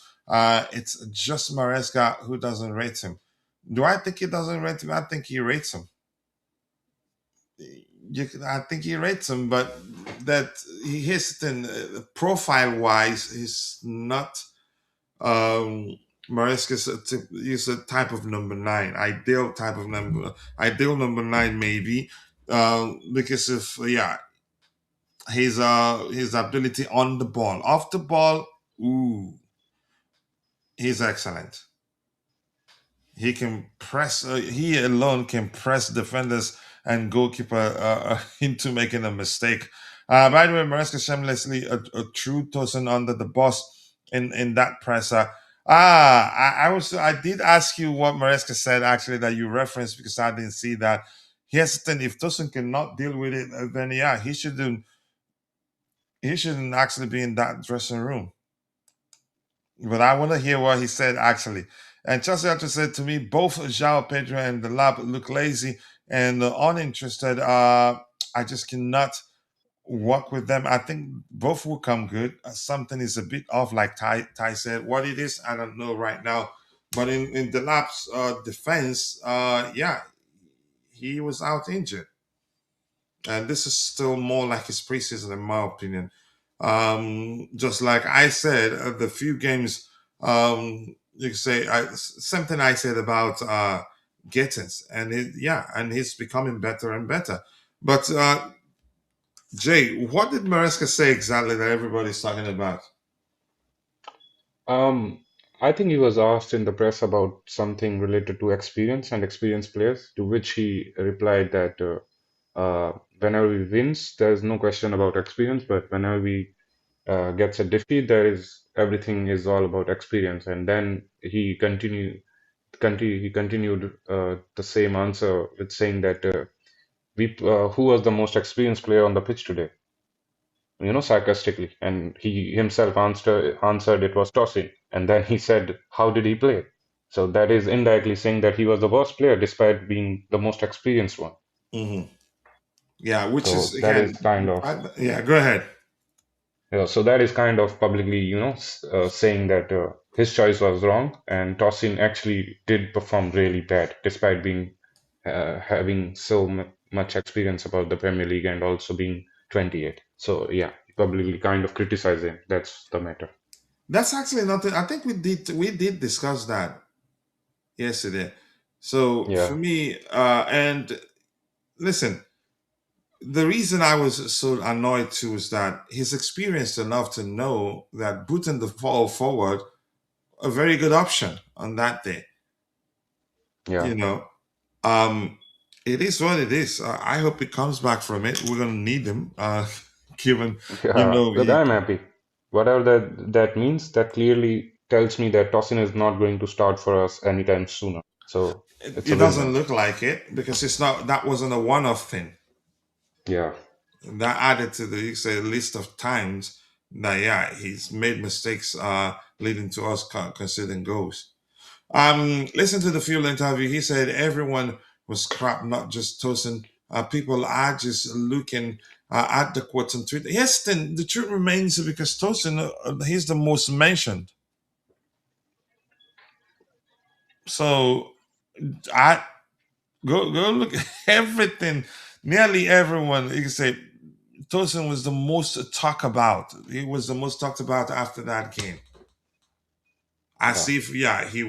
As if he was Look, the only person that played for Chelsea on the day. Go ahead. as I mentioned, coach, that in the Leeds game we got a goal back by Pedro Neto, and then Palmer came, and he really had a very, very close chance to get 2-2. And we were on the upward momentum. We were kind of, chasing the game, and there was a shift in the energy of our players as well. And then Tosin did that mistake. Hence why the fans are more critical towards him. Not only did he created that mistake, it all to kind of kill the whole game. It gave the full stop on, any hopes of us coming back in that match. Hence the anger by the fans. Yeah, I agree. And Chelsea actually says the whole team was off the pace for Leeds, but the main blame goes to Maresca for his terrible team selection and unbalanced tactics, and Tosin just being beyond bad the whole game. Yeah, he was just, you could say, the most mentioned after that game. He wasn't the only one that was bad on the day. But in such situation, you expect your most experienced player to be the one to actually uh, hold the ground, but he didn't. I was I had to call him out myself because, yeah, it wasn't a one-off thing. Yeah, he's looked bad in all honesty. But keep dropping the likes on the stream, people. The likes to go a long way. 29 people on YouTube. We can do a lot better than 20 likes. If you haven't, please do take a second, drop a like on the video, and also do subscribe to the channel if you haven't. Shank says, how can Maresca even comment when on players' performances when he picks them? So if Chelsea has a Bosa moment today against Bournemouth. Is Maresca, is he going to do the same? Probably. It depends on the sort of Bosa moment. And the Demona says, I agree with the blame being on Maresca. Last season, it took Maresca 3 games to realize that Disasi at right back was was a horrible idea, and he does it again this season. I think the reason this season is that it doesn't have too many options. I can assure you that had Levi Cowell been available for selection, Tosin wouldn't have been on the pitch. He couldn't. Yeah, even Badia Shile had Badia Shile been fully fit, and he had someone else to pair Badia Shile with and not do with Tosin. He could have done it, but yeah, he didn't have the luxury to actually, you could say, to avoid Tosin and and still have the team play the way he wants them to play. All right, we're gonna start the lineup prediction exercise. Jay, as always, I took my time, did some research, and I think Robert Sanchez is gonna start between the sticks. I think you were listening when I talked about Fort Mob's predicted lineup. I say they will nail it. I think that they will nail it by predicting that Sanchez between the sticks, 2 center backs. But I think we'll see one change at least from what we are looking at on the screen, not from the last game. We're seeing they have Gusto right back. Gusto definitely starts, and I think James starts. James will be needed in the midfield. Fofana, I think, starts. But Tosin, we might not see Chaloba or Kukurea, but I don't think he's going to drop both. I think one of Kukurea or Chaloba will not start this game. I think that's the only area we might see a difference. Yeah, I don't know. What do you think? Look, it's a total guesswork. I agree. I don't think there can be much change in the side that has been shown by FootMob. I think it's pretty much accurate. I actually predicted this one also.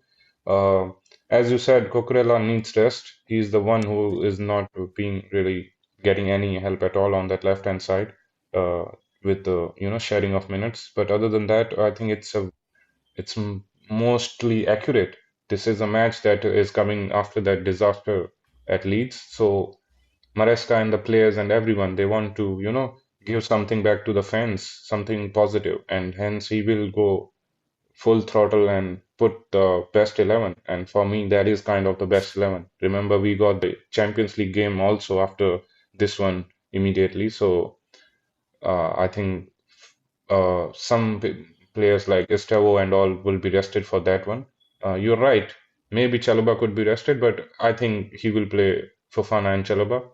Cucurella as well. You don't want to take risk with Hato in such sort of match where you want, a guaranteed three Until point he plays, result. you could So say he restarts his Chelsea career in a cup game, maybe. maybe cup game, even the Champions League game at Atlanta, even that one it will be really tough. So I don't see him playing there also. So I yeah, mean, he's I not a don't bad think that. player, but after such performance, sometimes you need to give the player a break. Right? But go ahead. Yeah, look, again, even in that match, the Qarabag match where Hato was severely criticized and he had that horrible performance, even in that match, if you remember, he was sided with Tosin. So I am giving every player who is sided with Tosin a chance. So to properly evaluate them. So I think Hato could be given a chance, but yeah, not in this match at all. This is a high stake match. As far as I'm concerned, I think he will desperately need that reaction. And for that reaction, this is the best team. I don't see much changes to it. Yeah, but at least one, we'll see. And big up to you too. Hopefully, Chelsea can get a win against Bournemouth away. And the only way to do that is by starting our best. I think we'll see the superior 11 today. We started with the inferior 11 against Leeds United. Like, it's rotation. So he better rotate again today. But Mabas, nice to see you. And I have my bro, Vicky, in the house. I was actually the other day saying that I have to send you a message to see how you're doing. I hope you're okay, bro. Always nice to see you. Hi, Enzo Maresca, who was the most experienced player for us in the week. Tosin, did he play good? So it's not about experience. that's yeah. That's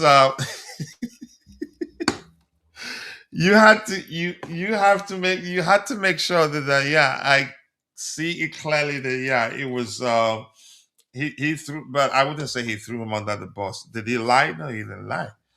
Um, Lack of Caicedo in the midfield, a big problem. Something Houston. Um, but James being there, I think makes a huge difference. It will not be the same, but I think James can do a good enough job, if not an equal. You could say an equally good job, in my opinion. Houston, even when we had I think I observed that during our game against Wolves. Andreas Santos is more of a hybrid of 8 and 6. He's capable of putting in a good shift in terms of protecting the defensive line. He's capable of doing that. But it's nowhere close to Moises Caicedo. Even he, you said the measure of defensive, you can say defensive contribution you'd get from him, added to that of Romeo Lavia, both will not. They would don't come close to Moises Caicedo's alone as an individual. And I did say that they're excellent at, you could say, from an offensive perspective, but defensively they're nowhere near Moises Caicedo. James, yeah, closest to Moises Caicedo is Sugo. Where is he? Still out injured. He suffered a setback. We heard, and I did make a joke saying, yeah, Caicedo timed his break really well. He waited until Esugo returned from injury and then decided, yeah, I need a break. Um, we have 3 feet unavailable right backs. There was no need to play Tosin at all or Trevor out of position, which also left Estavo isolated. Yeah, because nobody was making over supporting runs. Let me just simplify the language there. We were toothless going forward as well as defensively vulnerable. Yeah, I agree. If we were, you could say, offensively good on the day, then yeah, at least we'd keep them at bay with our offensive push. But yeah, we were not good from irrespective of how you want to see it on the day. What else do we have? Yeah, keep dropping the likes on the stream, people. The likes do go a long way. I appreciate you all finding the time to join the conversation this particular morning. 21 likes. We can do a lot better than that. It's still 5:09 a.m. CST. We can do a lot better than 21 likes. Let's see anything else. Dean Kuchila mentioned me about JP's best position being I don't think in a number 9 he actually operates more like a 10, more like a hybrid number 9. Yeah, I did say that. He's not a 9. Yeah. But let's see. Ganacho must thrive today. He's a good player.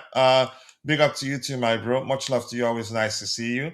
If the lab doesn't do well, he could go out on loan to Aston Villa or go permanently in and bring back Nico Jackson. Jackson isn't coming back. You're not paying attention. Jackson left the moment he crossed the bridge. He burnt it down, and then he built a canal.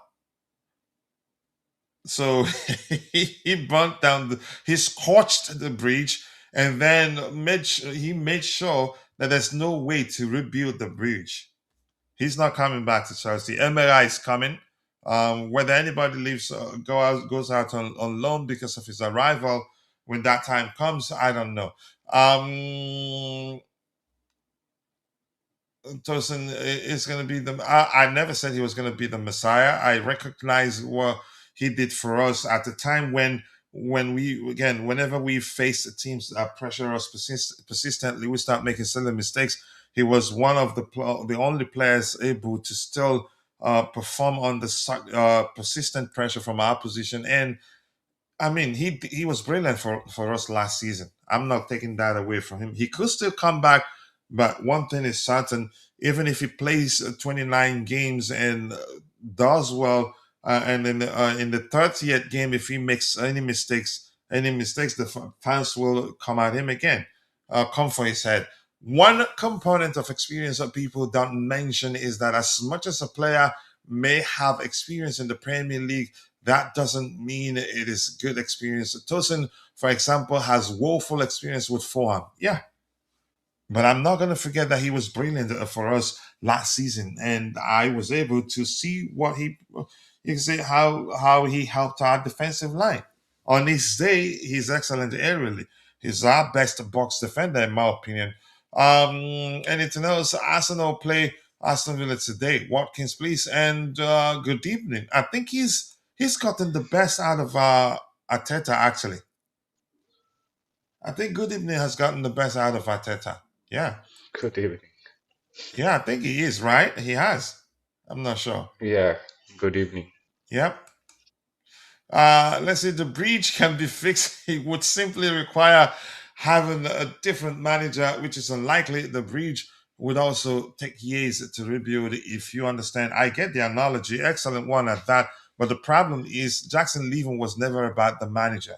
JK, let's talk about that a bit before we get back to the lineup prediction exercise.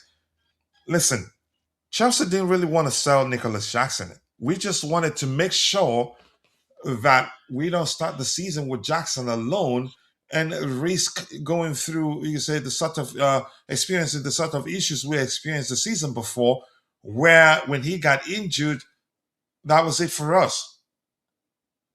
We didn't. Honestly, I get it. Jackson himself, looking out for himself, felt like you could say he's not loved anymore. You could tell if you go check out what his agent was saying. It was as if they wanted. You could say what Ty would say. Jackson wanted to be the main guy, and big clubs don't do that. We suffered a lot in his absence, even though he wasn't the best striker in the world, but he was good enough. Again, had he been around, I think would finish up higher up in the table if it wasn't the fact that at some point he was injured and out for a while. I think he just felt like he wasn't loved that much anymore, and yeah, I'm quite sure he heard everything. He was seeing everything the fans were saying about him. Tosin and the CC have been poor investments. I mean, you could say that. Thank you, Maya, for reposting this. Maya, the rapper, I appreciate you. Thank you. Imagine Badeshila in midfield. For me personally, I would try him there. Honestly, I'm saying. He says I would play him there. I also would play Tosin there. I wouldn't mind Chalobah in midfield too, because he used to play there. Yeah, I wouldn't mind either. Nicholas Jackson thought he was going to be the messiah of the striker position. We don't do that here, really. Leon has opened talks to sign. Yeah, I've seen that too. And Nemaya Fawala, aka Kopama, thank you so much for finding the time to join the conversation. So we get back here to this. Yeah, Moises Caicedo, two more games to go, right? Romeo Lavia, early January. Dario Esugo, early January too. Wow. Late April for Levi Cowell. All right, we've looked at the lineup. Then we're gonna go create our own. I don't want to open the app now. So here's the thing. Yeah, we've been streaming for 1 hour 43 minutes. So we're on the verge of releasing an app that you can use. You can download from iOS, Android, and also I think the plan is to also have a web version. Uh, you can build and download lineup with it. You will be showing live games, not video, but yeah, numbers. Uh, a lot. It's gonna be a lot of fun. So we hope to release it in a few days or maybe next week, but we'll see. But I think you guys will love it. I've seen the demo and it's beautiful. All right, let's see. One weakness of Tosin has been distribution, which is why I was angry. Understanding the profile of players is so important. This is where I plug myself in the socket. All right, Ty, do it. Anyway, nice to see you. I think it's time to start building the lineup. Yeah, Jay, I've done again the homework. You don't need to stress yourself. I've done my research. It took me time. Yeah, Sanchez starts between the sticks. Yeah, I think this will be the most straightforward and easy thing.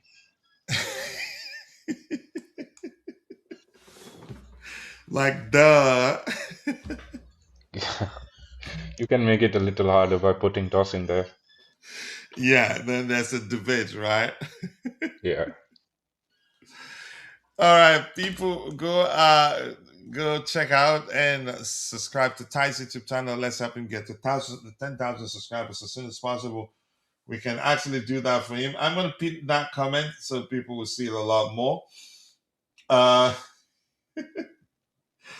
that's by the way. Where's the pin? What's going on here? Replace pin message. Okay, there you go. So Jay, let's hear you. The back four. Let's hear you. And for yeah. each player you select, you let us know why you think that player starts in that position. This is what I want, right? Not what Maresca will. No, what you then it's a prediction. We're trying to accurately predict the 11 he select for that game. So it's not about what Okay, you want; it's about what you think, what you believe he'd do on the day. okay.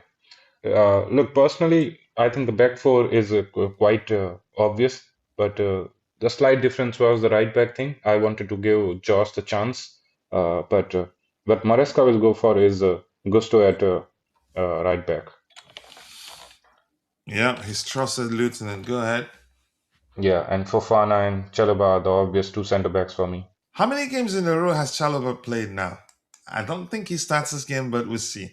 So you said Fofana and Yeah, Chalobah. Who's on the right hand side? I think Fofana is on the right. Okay, Chalobah, left side. yeah, You think it's gonna be Chalobah. Chalobah? I think Josh Achapong played this game, but let's see. Could be. We'll see. Yeah, As I mentioned that this is a critical match for Maresca and the team. I think they want to give a reaction to the fans, so hence why I think he will play the best 11 despite Chalobah needing rest. Yeah, so Cucurella will again unfortunately have to start this one. you think Kukurea starts this one? Yeah, no rest for him. I'm gonna say if Chalobah stays, Yeah, Fofana stays. I think we're gonna see a change here would be interesting. I in the think left back position.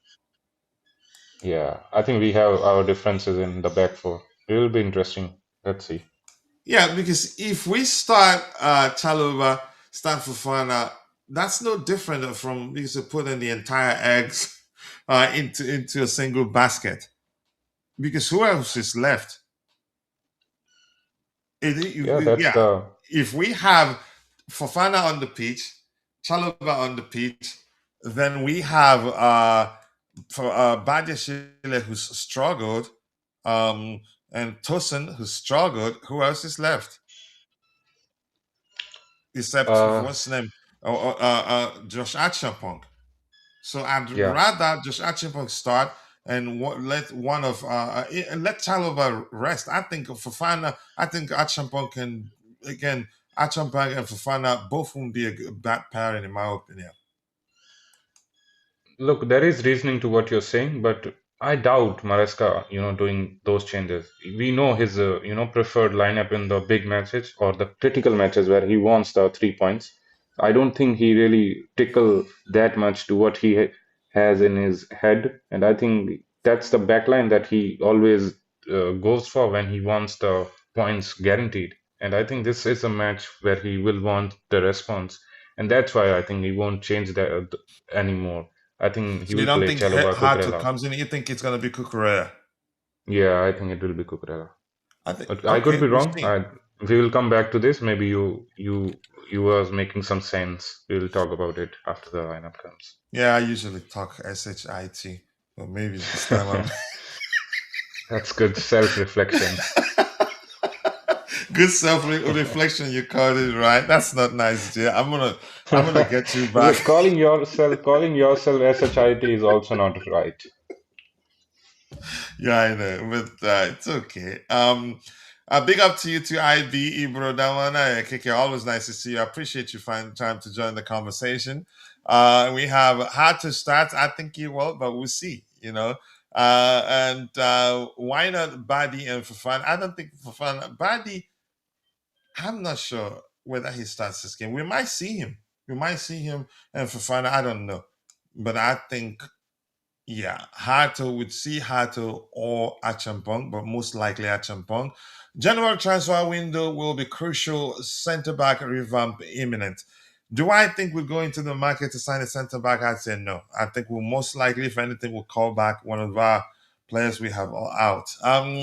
Uh, Ty says I'm alive, but not entirely well, but I am pushing through.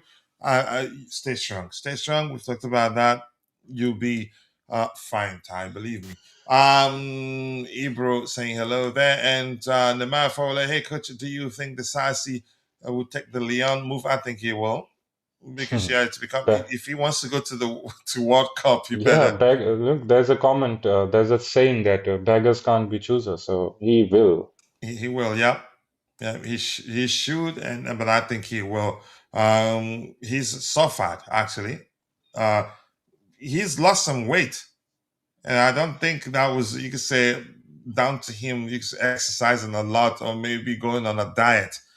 You can argue the Yeah, situation alone started affecting him mentally that he's lost some weight.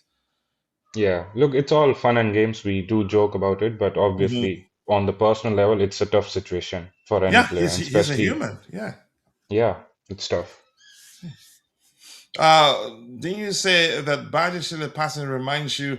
Yeah, and I'm not sure what happened. I did say that. I'm not joking. Have baked passes that yeah, the person who the pass it's intended for, you'd have to make some moves. You'd have if you don't, the opposition capable of intercepting it. Cole Palmer from the bench, I'd rather he starts, but and I think he starts. And we have our senior panelists on the panel here. Bobby, big up to you. I appreciate you finding the time to join the conversation. We've talked at length that we're definitely going to see the superior 11 today because, yeah, we started the game against Leeds United with the inferior 11. If I'm allowed to say that, what do you make of the back four we're looking at on the screen, Bobby? Yeah, I think there's still going to be some rotation, certainly in the centre back pairing. I don't think. I think it will be either Chalobah or Fofana out of this game. Chalobah most likely.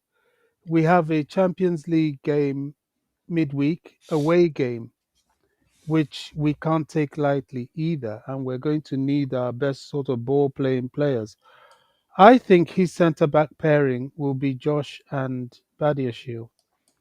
The left back is what I'm slightly concerned about. I don't know if he will. Maybe he will start with Cucurella and then bring on Hato. Look, Hato has to start earning his purchase. You know, all you guys were saying, "Oh, this guy is wonderful. He's going to settle in." I know he's a kid and needs time to settle, but his performances have been atrocious. One game. One And game is the only game he's played. He's been well, bad. Go look at his numbers, Bobby. he's had two opportunities, No, and he's done well actually until that Carabao game. That's my opinion, but go ahead. well, he needs to start to show himself. You know, we can't do this at Chelsea. You've got to be of some sort of worth. We can understand, yes, you're young. We can understand, yes, you're settling. But this is Chelsea Football Club. And if you don't meet the gravy to a certain point, you either find yourself out of the team or you find yourself on the bench for an extensive period of time. So he has to now start showing us something because I maintain till date, he's really shown us nothing. I haven't seen what it is we're supposed to see from Jarrell Heto. So the back is going to be very interesting, but I know there will not be that stability which people think there's going to be. It's not going to happen. He's going to have Bobby, to rotate. Bobby, And would you Bobby, would no, you agree? I mentioned it to coach earlier that I think every centre back who has started with Tosin should be given the benefit of doubt. And I think Hato was also placed with Tosin in that Karabakh match. I am personally giving well, it a chance to him because Tosin, most often than not, and it's on record that he does bring the game of the other centre back down to his level, and we do end up conceding a lot of goals in those particular matches. yeah, I can concur with that. But then that means Hato has to play and give um, Cucurella a rest in the left back position, at least for one half. That's what he was bought for. At the moment, he's not even anywhere near doing what he's bought for. So, if the problem was his backup in Badiashile should not even travel with the team as well. I mean, sorry, in Tosin, Tosin should not even travel.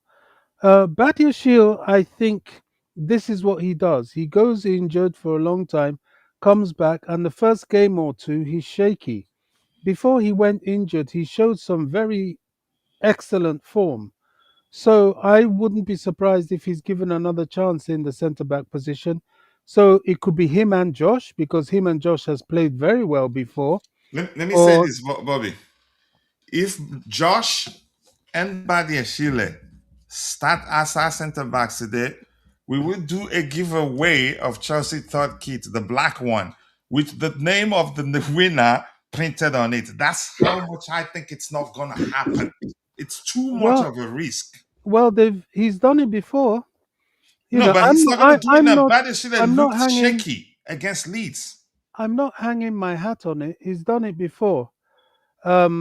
All I know was that he came out and said that his one regret in the Leeds game was not starting Josh. That tells me Josh will start today. But I don't think Josh it's gonna be a starts pairing of him whether and Josh starts Badiashile. at But go ahead, whe- Bobby. whether Josh starts at centre back or indeed he uses Josh in the left back position, which he has played before as well. Um, uh, we will have to wait and see, really. But Josh is definitely going to start today. Who else is a toss up? It is a toss up. Here's why Fofana would definitely start this game. He didn't play against Leeds United, did he? That's got nothing to do with it. We've got a No, no, Champions no, League I'm game coming. on Hold, Tuesday. let me just explain something to you. Chaloba has played how many games in a row? Yeah, he needs a rest. Yeah, so I think Chaloba drops out. I think Fofana comes in for stability. You could say he's one of our best defenders right now. Then I think it's going to be, yeah, then Fofana can come in. But what's his name? Badiashile can come in. I don't see a world where we see Josh and Badiashile. Badiashile looked a bit shaky. I know he can be one of our best on his day when he recovers. He takes him time to recover after returning from injury to be at It his does. best. But that's honestly us asking for another loss. If we see him, as much as I like Achibong, I don't. There's no leadership there. If we start both in that central area against Bournemouth, they will smoke us. That's just my opinion, and that's after not having Caicedo in as one of the two sixes to protect that defensive line. I get it. Reece James is capable of doing a good enough job in terms of protecting them. But if we do that, we're seriously asking for it. But go ahead, bro. Well, I think you're raising an argument that doesn't exist. Nobody's Okay. arguing with you about this. We're Okay. just saying that one of either Chalobah or or For Fofana Fana. will be rested. Now, if you say I think it's likely to be Chalobah, I know because I mean I agree because he's played a lot of back-to-back games. He had a smack in the face against Arsenal, and he was played out of position against Leeds. So it's likely he will be benched, and it's likely um, uh, uh, we start with Fofana. All I know is that it's then if that's the case, then we either have Fofana and Josh, of Fofana and Badiashile, with Josh doing the holding midfield. All I know is that Josh will be on that field this afternoon as a starter.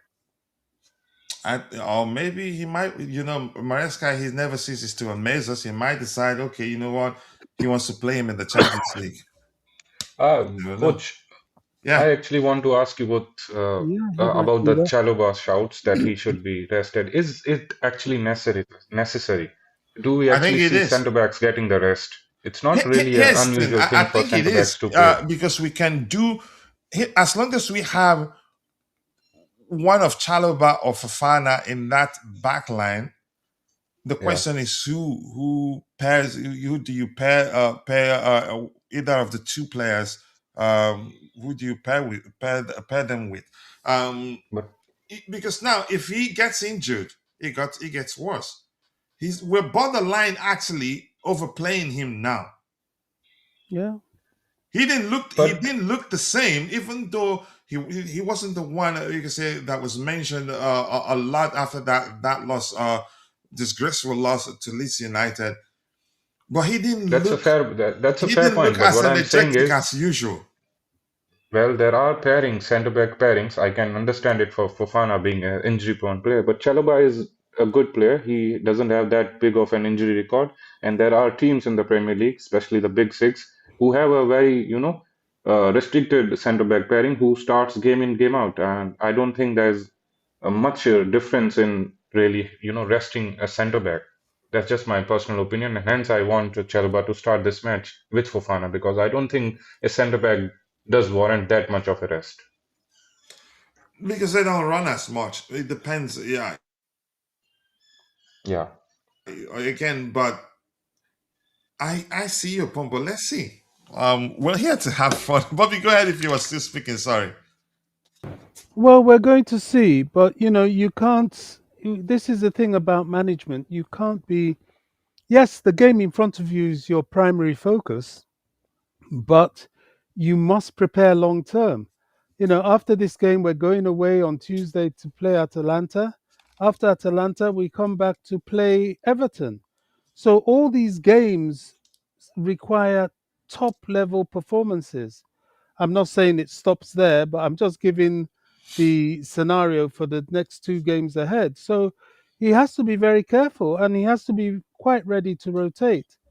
Um, I don't believe he should play Fofana and Chalobah together. I think that would be irresponsible. We have centre backs and they're there to be used. At some point, they have to be used. And if they fall flat on their face, well, it, sh- it shows us that they're not Chelsea quality. Now, do we want to live through that to prove that? No, not really. But we don't want to injure the players that we have of quality either. I don't think Chalobah looked the same against Leeds. I think a lot of it was to do with the fact that he was forced to play right back. And I think Maresca had a very valid point. The almost, was it 60 minutes we played with 10 men against Arsenal, took a lot out of the players.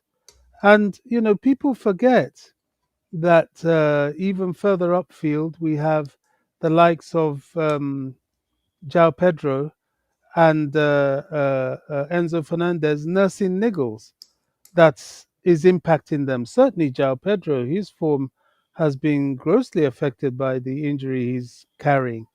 So we've got to move these players around, and I don't see that centre back pairing in view of what lies ahead and what we have to be equally prepared for starting.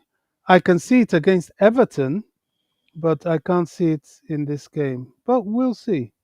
Time will tell.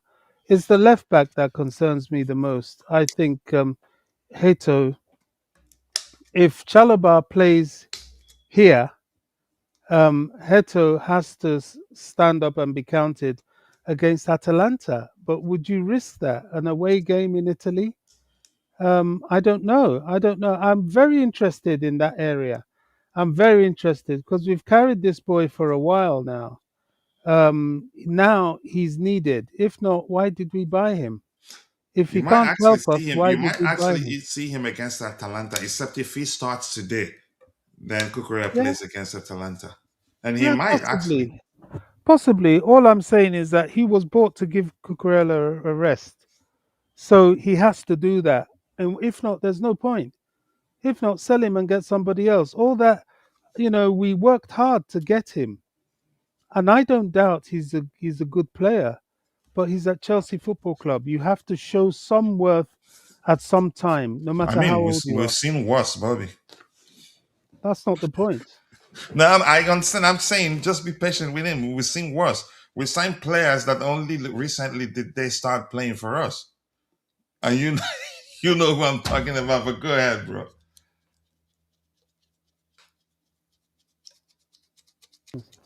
Yeah, I mean, the fact that we've seen worse is no reason to accept worse, or to accept a bad situation. Now, I'm not being unfair to the lad. Let's wait and see what happens. But I don't think it'll be enough for him to keep throwing the "I'm young" card when he was bought as a backup. At least there must be a game or two where you show us we can rely on you and that you have the potential to do even better. You know, Josh, people like that have done that. Even Tyreek George, bless him, being forced to play as a striker and everything, he's done that. So Heto, you've hidden enough. I think this game or the next game is time to stand up and be counted. Yeah, and Azali says, "I don't understand how Chelsea play um, well in tough games against Barcelona and Arsenal, and then lose." Yeah, it's a Chelsea thing, and I think for me, we use the term charity FC, but if you look at it, I think it's it's a matter of mentality, maybe, mentality in terms of not respecting the opposition enough, or you could say just after seeing how badly they played of late, you go into the game against them with the mindset that yeah, definitely all 3 points for us, and subconsciously not putting in enough work. You could say the measure of work you need to put in to win that game. So I think it's a mental thing. Maybe that'd be the most accurate way to phrase it. And there's also another factor: the way some of them play against us. But in Leeds' case, uh, that is pure. You could argue charity FC in play there because they didn't really defend deep, honestly. But that's by the way. Let's see. Thank you for that. He says, sorry, I'm not going to read. I'm going to skip a few to get to the very bottom of, again, I'll scroll to the very bottom and then I'll try and get your subsequent contributions. I'm going to read comment from some of you that I haven't read any of the stuff you have there, but I'm going to be highlighting it. As you can see, I'm on the verge of losing my voice. Bobby is right. This is Chelsea Football Club where patience is just a word. That is like adding salt to an open wound. Integration is important. Coming from the Dutch league to English league, and he hadn't been bad. And on that day, what happened, I just don't know. He's played a few games for us, either whether 90 minutes or not, or how many minutes he played, he was good. He's an excellent player, but I get Bobby's concerns. He had, and again, from his own perspective, I mean, he has to be given the opportunity. Then he plays. Then we'd see whether he'd be performing badly consistently. But I get why Bobby is concerned. Hato has only played 2 games. That's emphasized. It's not enough to judge him. But yeah, he's played again. The games he's played in, he wasn't bad even before that Carabao game. All right, Bobby sounds frustrated, and rightly so. Yeah, we've signed him with the hopes that he's going to be, you could say, sharing minutes with Cucurella, so we don't ride the bus until the wheels fall off, if you get that. I want the third kid coach. Let's do it. If Bobby knows the lineup, and he usually knows the lineup. If he does, then yeah, we do that. Spot and Bobby, I agree. Badishile is solid, but right now he's not solid. He's still He's still not 100% yet in terms of his performance, and that's my opinion. Bobby could be right. Chelsea Ultra here says Hato has had one bad game. That's how I see it too. Yeah, considering the mistakes that have been made by players, Maresca will play consistently. Then surely Hato deserves one chance, especially with Kuku needing a rest. I think eventually he gets to play, and I think he will prove that he's a good player. You could argue his start to life as a Chelsea player doesn't differ that much from that of Cucurella, because the same thing with Cucurella, a few bad games at the time, and he was blamed for it. But Hato is an Yeah, excellent. Mm. but what we're saying is that a young player is going to do things sometimes. You know, we all agreed after on the post match after Leeds that we would have we don't want to see it at all, but if you must see it, we would have had rather seen that error by Tosin, a 28-year-old Tosin, done by an 18-year-old Josh. So, you know, there is a scope for a few things. Esteval had a bad game, but we all just shrugged our shoulders because for me, I think it was good exposure for him. He's seen the real Premier League now and he will learn. So this is the point we're making. Hato now has to come and show us good qualities. He's got to come and show us that we can rely on him, and he at least has the potential to challenge Cucurella. Right now, he's nowhere to be seen, and that But wasn't is the is purpose that of us down to him, buying him. Bobby? He has to be given the opportunity and to prove himself. And I Well, think when he was given the opportunity, he didn't really show much. But you so. know, So the you're chance judging will him come again. based on that bad outing against Karabakh. There was another game he came on, and you know, it was a disaster. I've forgotten what I, it is I now. I don't think he's had another bad game, except He the has one for sure. I'd say was Maresca's fault. The one he started two newcomers that hadn't been properly integrated into the team. Him and what's his name, Gittins playing on the left hand Yeah, side. that's right. That one. Yeah, Yeah, yeah, yeah. exactly. That one I blame Maresca. He had two newcomers that you could say two of them don't have good chemistry. It No, was all they were always going to struggle. the point of the matter is that I'm not looking to dig the kid out. I'm No, not. no, I understand, but I'm it's a I'm good looking to conversation. I'm looking to see the kid play and do himself and his price tag justice. I'm looking to see him. He's the one newcomer at a price that hasn't been featuring. That can't be right. So let's feature him.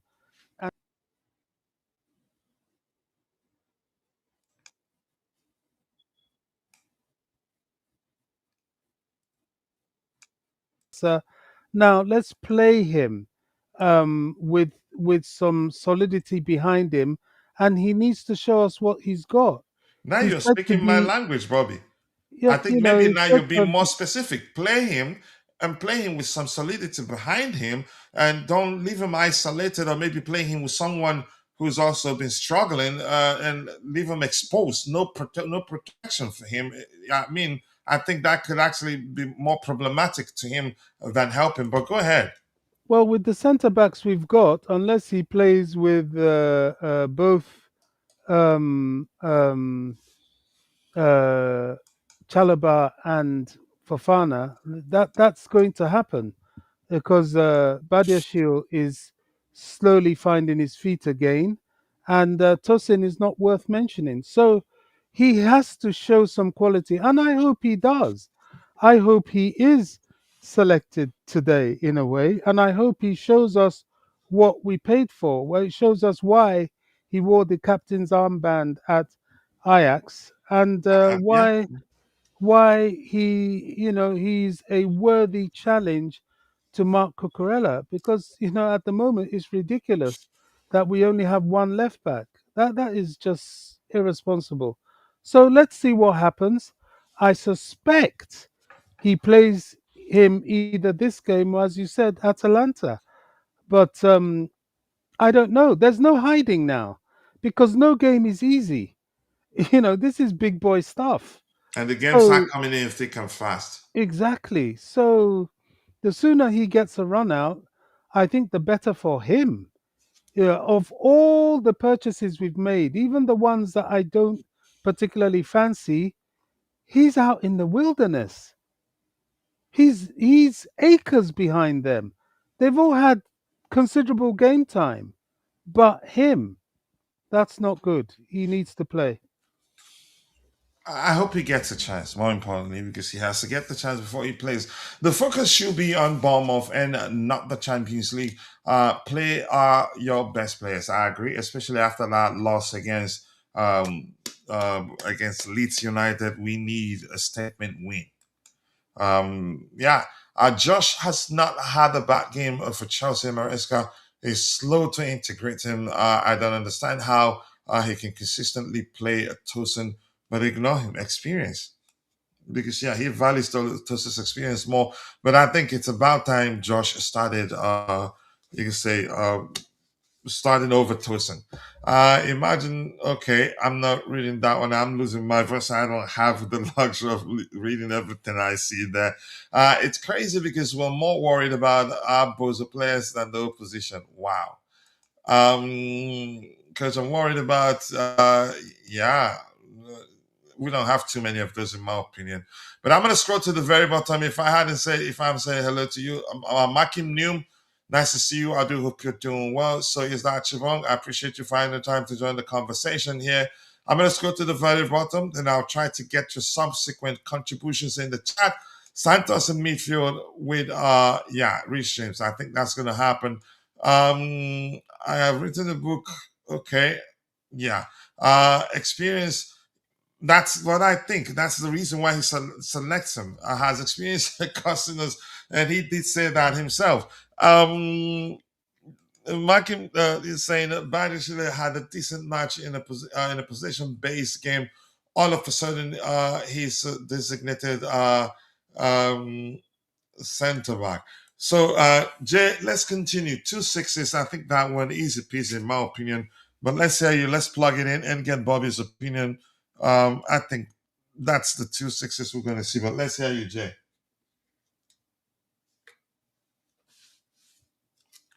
Have we lost Jay? So I'm going to plug it in. If Jay comes back. If he feels like we should change that, then we'd listen to him. I think it's going to be James here. This one actually, in my opinion, picks itself. James, then we're going to have here Andrea Santos. Are we going to see Santos in this game, really? Are you going with 2 6s? Yeah. I mean, we all know this is just, we call this the starting structure. We know the application show us something Santos has different. to play. We've got no one else really. He has to play. That's why I'm beginning to think Josh will go into midfield because we need a holder. And But what Santos do you is think not Maresca good. does, Bobby? It's very difficult, but I think his centre backs will be Badiashile and Fofana, and his midfield he'll play two sort of sixes. He'll play Josh and Santos. You don't be I surprised if Enzo Fernandez is on the bench because Kopama's back, so he might play Palmer at the head of the three, or João Pedro at the head of the three. Although João Pedro had a stinker in that position, or but I think he will allow Santos, advance a bit more than he did against Leeds. That's why I'm almost 100% convinced that Josh will play in midfield. I personally doubt it. I'll stick to my original thought, and that was that it's a critical match for Maresca. He wants the fans to, get to see the reaction, and that is why I don't see him changing a lot from the preferred, strong 11 that he always puts in important matches. Hence, I see James and Enzo in the midfield. I don't see he'll change that, You and don't see Palmer Santos will be. starting this game? No, I doubt. I don't see him starting. I think it will be Enzo. Who played? Enzo played the last game, right? Yeah. He played against Arsenal, played Yeah, against Barcelona. yeah. That's fair, coach. That's a fair point that you mentioned. I think we discussed it with Chalobah as well. But there are some key players, personally, I think that you can't really change them. And Enzo Fernandez is that one for Maresca as well. Rice plays all the matches for Arsenal. Bruno Fernandes plays all the matches for United. I think Enzo Fernandez is that player for us who will play this match also Yeah. because he's And what's very happened important. to Rice now? Rice is injured. Really, I think he was just being protective about him. I don't think he's injured or anything. Yes, then we're going by what we know Maresca, what we believe he'd do, and Mm. I mean, there's enough sample size to know that he's definitely gonna rotate, and most especially after the 11, how awful you say the inferior 11 that played against Leeds United, how badly they played, and the fact Well, that Enzo Fernandez has played how many games in a row. I think he's going to rest him in this one. I think we're going to see James Santos. could be. Could be a Yeah, fair point. I think we should go with Santos then. because he's going to be concerned Enzo Fernandez getting injured. I think that will make things difficult for him. Mm. Because he's one of those players that understands how the manager likes to approach the game the most. Yeah, fair. Yeah, I think we're going to see that. But let's see. Yeah, in a few hours we'll find out. Why is Maresca resting players? Is he the team doctor? Maresca is gambling with valuable points. I'm going to say this, and clearly you don't want the manager to rotate. You could argue had they not been the fact that he's rotated as much as he did, we'll have a lot more players out injured, and probably some of them will be our most important players. I'm not taking that for granted. The question I've always asked is whether he's made the right selection, or maybe he needs to, you say, balance it out a bit and not just, you say, select a certain 11 that's uh that is good, so good the IQ they're capable of beating any team in the Premier League, and then we have the other 11 that whenever you see them, you just go to bed. You're going to be concerned. Maybe balance it a bit, pull some players from the perceived superior 11 and put them in the inferior 11, and then always have players on the bench to make changes if need be. But that's just my opinion anyway. I think rotation is important, and clearly you don't sound like you think it's important. Yeah. What about the midfield? Yeah, we're at it. Let's see what else we have here. Ikanza Omar says no, dear. Okay. I have one thing to wish for, that we get to spend together 100. Yeah, thank you. Thank you. I appreciate you, and happy to New Year to you in advance. I appreciate you saying that.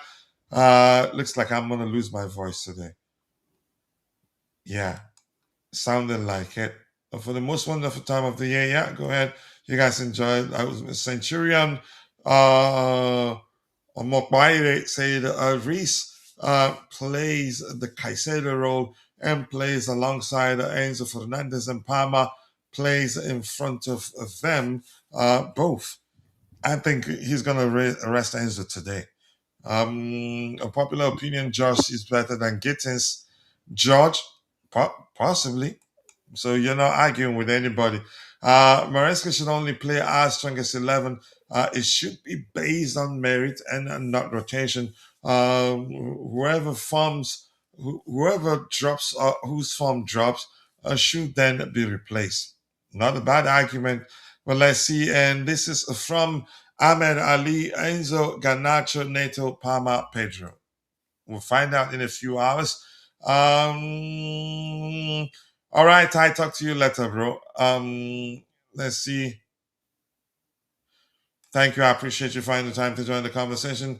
Yeah, all the quite stressful. According to Chichi is my sister. I appreciate you. So let's hear you, Jay, the three behind the striker. Yeah, I think those three are also obvious. For me, Neto will be on the right. You think who will be Pedro on the right? Neto. Pedro Neto? Yeah, yeah,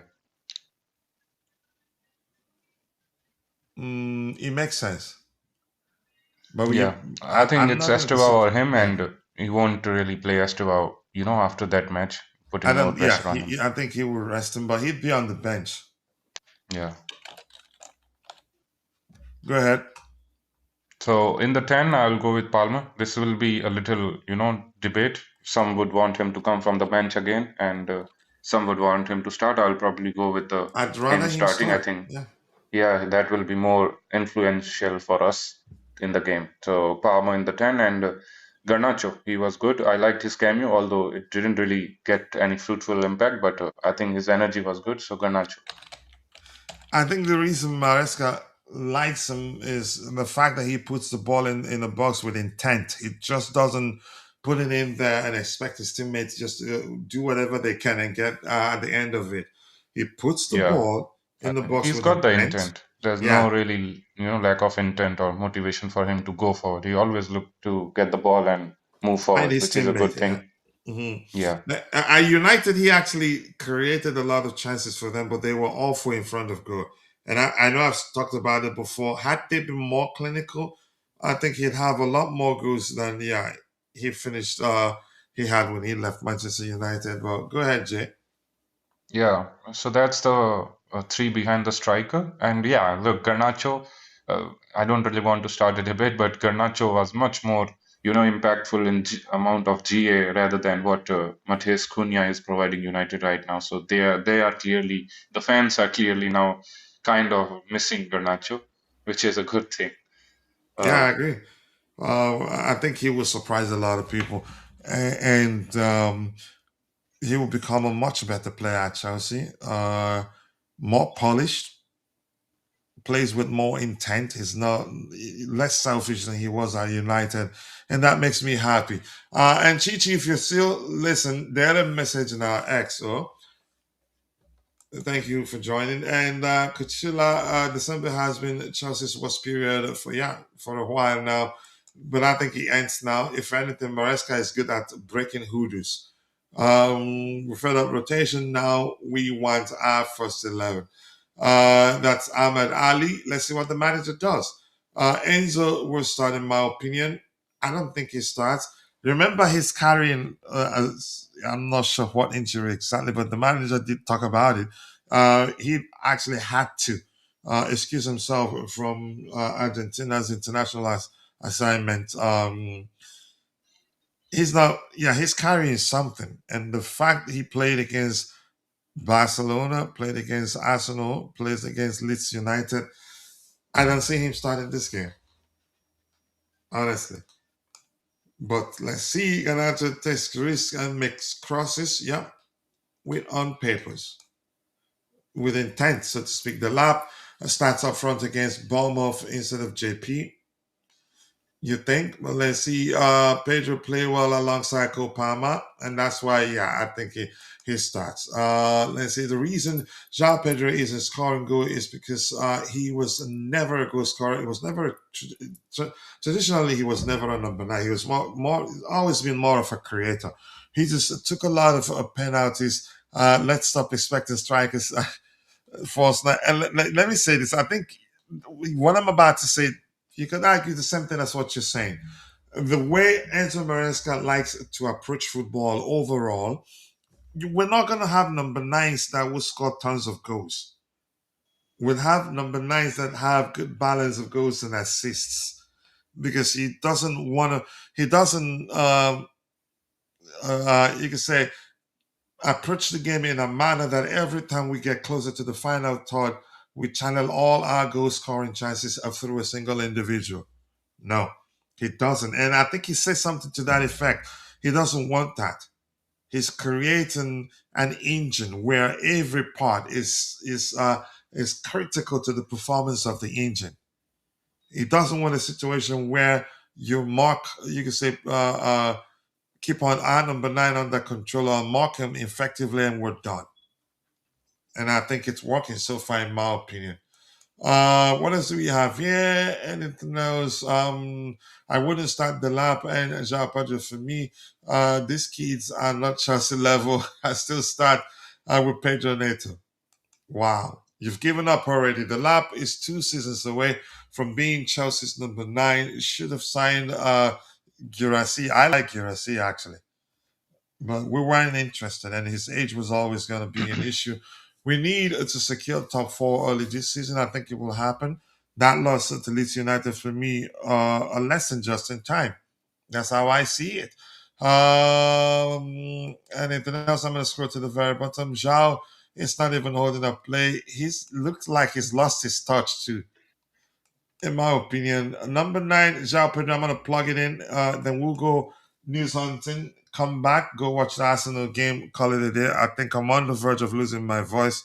I'm going to try what Dante sent me has helped. The reason you could say I'm not struggling with code right now. But this is from me talking a lot.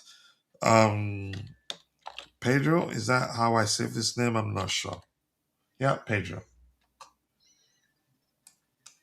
All right, anybody, if you're in the chat and you have any questions, drop it and we'll try to address it. And remember, you don't ask any difficult questions, otherwise I'll pretend I can't see it. All right, that's by the way, Bobby. You see the front 4, if you want to call it that. Your thoughts, and the 2 6s. Your thoughts.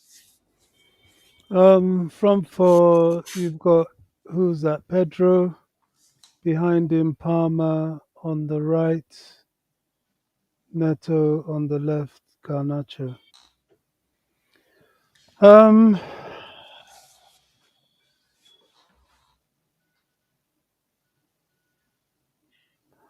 I can see that. Although, I'm thinking, I can't just think of this game. I think he has to have an eye on Tuesday. I really do. This really goes to show that the squad is not as deep as people think it is. But I think to start, he might do this. I have a feeling he won't start João Pedro. You He's think more it's going like, to be who? I think he's more likely to start. What's his name? The lap. I think he'll start the lap. Will he start Palmer? I don't know. I'm not sure he will. Palmer's been out for a long time. So you're not for Palmer starting. You're for him coming off the bench, because here's what Jay and I agreed upon. With the better of starting Palmer, he'd help us do some damage against the opposition, and then have them chasing the game. Then you can take him off. You don't want to bring him on, keep him on the bench, and then we concede force, and you bring him on to come join us when we're chasing the game, which could risk. You could say, I think for me that carries some measure of risk. I'd rather him help us. You could say being score for us, maybe score 2 or even 1, and then take him off. We can deal with the Yeah, I'm opposition not. if they're chasing the game rather than us and chasing the game. I don't have a strong opinion on it. It's possible he'll start him. It's possible he won't. So, yeah, okay. Let's go with that. The only thing I will change there is I think the main striker will be Delap. Who knows? Maybe even Mark Gui. Who knows? The reasoning why I want João Pedro to start is because of because I think and want Palmer to start. I think there was a quite a good chemistry and relationship building between Palmer and Pedro before Palmer got injured, and we all saw it at the Club World Cup also how influential those two were combining together for the goals. So I think Maresca would want it to quickly regain that shape, and hence why João Pedro should start as a striker when Palmer is starting behind him. Yeah, Hmm. I mean, I can't argue with that, but I don't. I think he will. I think he's still going to be cautious. Um, Absolutely. but we'll see. We'll see. I can't argue against it, but I just tend to think it won't be it. If you know what I mean. Mhm. I mean, here's the thing, Yeah, he's proven to be predictably unpredictable. Even Exactly. you can argue we're actually able to, you can say to a considerable measure, able to pick, you can say do well in terms of predicting the players he'd select. That's because we know who played our last game. Yeah, and we're able to tell whether certain players will play or not. But go yeah. ahead if you were still speaking, Bobby. No, I don't really have anything to add to that. But Yeah. do you understand Look, our I'll logic? be. Why we prefer Palmer starting rather than starting from the bench? Yeah. Yeah, I do. I think. Go on, No, Bobby. I'm saying, yeah, I do. I understand the logic completely.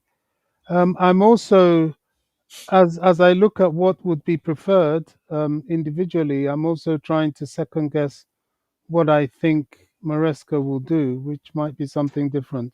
I'm just keeping an open mind and creating a conversation rather Hmm. than Hmm. just nodding my head and saying, okay, that's what we want to happen, that's what will happen, so we move on. It may not quite work like that. All right. If you Jay, you were gonna say something too. Yeah, I was just talking about the front line. I think all these players are not really putting any, solid case in front of Maresca for that undisputed starter. All of them, apart from maybe Neto, have been very inconsistent and hasn't really been giving any solid proof that they should be starting without any competition. So hence why it could be a reason why Maresca really goes back and forth, choosing, and we can't really predict what he's going to put. And Neto has actually been our most consistent player this season, and the same player. Some section of the fan base started, you say, discussing how he'd be sold Yeah. because of Estevan's arrival and the fact that Quenda comes next season. I've never seen. I don't know any crazier fan base than Chelsea fans. Yeah. Look, there was a Jesus. case for this because off the ball, everyone, even the haters or, all the ones even who got questions for Neto, even those accepted and admired his off the ball movement and how important he is. But this season, Neto is And putting on the you can numbers. argue, He is our Jay, highest wouldn't scorer. it be correct to say more importantly, his selflessness? Yeah, exactly.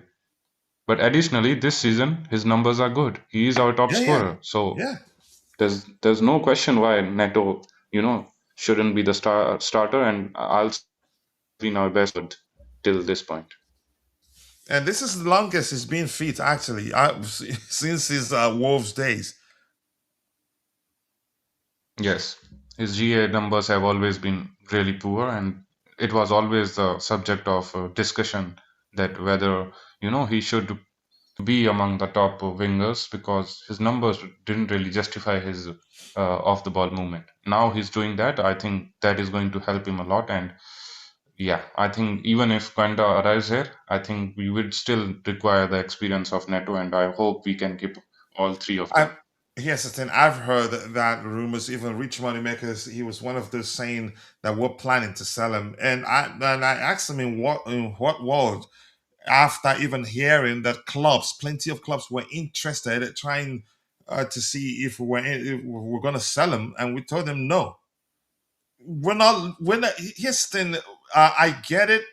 If you say it a lot, I think a lot of people would just suck up to it.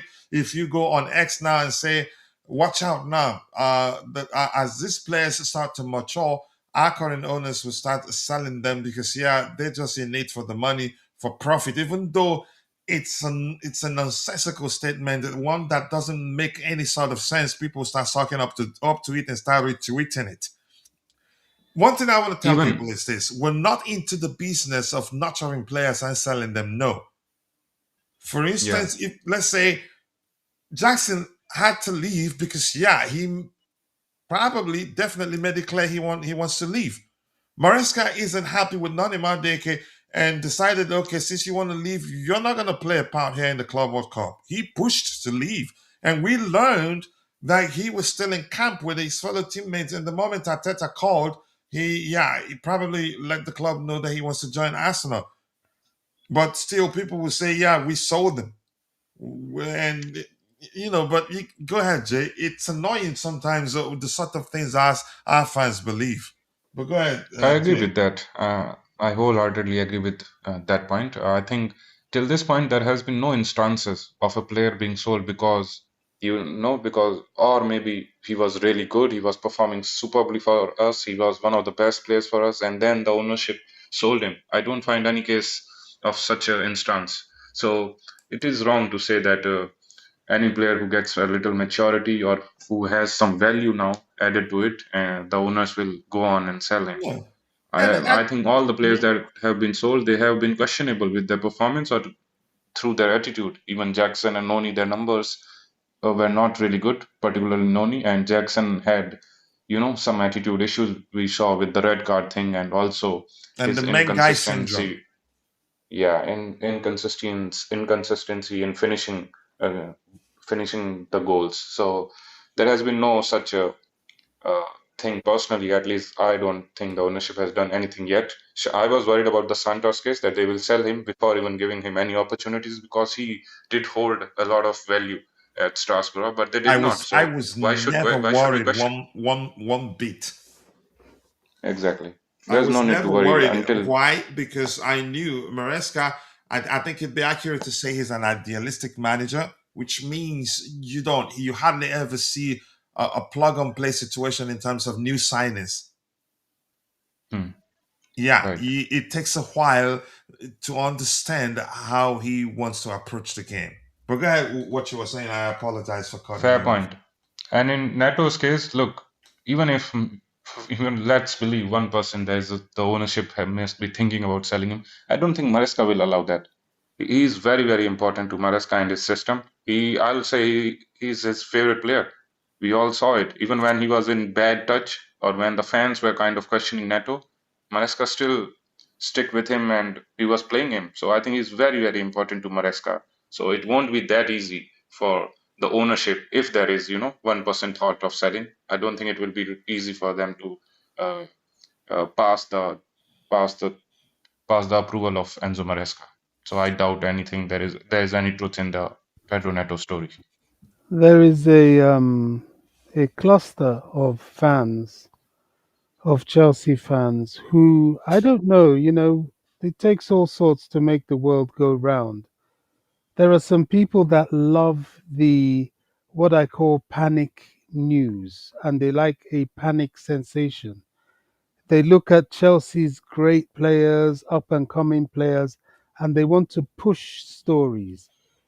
They do it with Enzo Fernandez and Real Madrid and, Pedro Neto. Now that, they just look to create something out of nothing. It's not a reasonable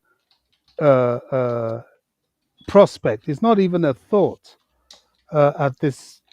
at this point in time, or indeed in the summer. So I don't really. I tend to ignore these things.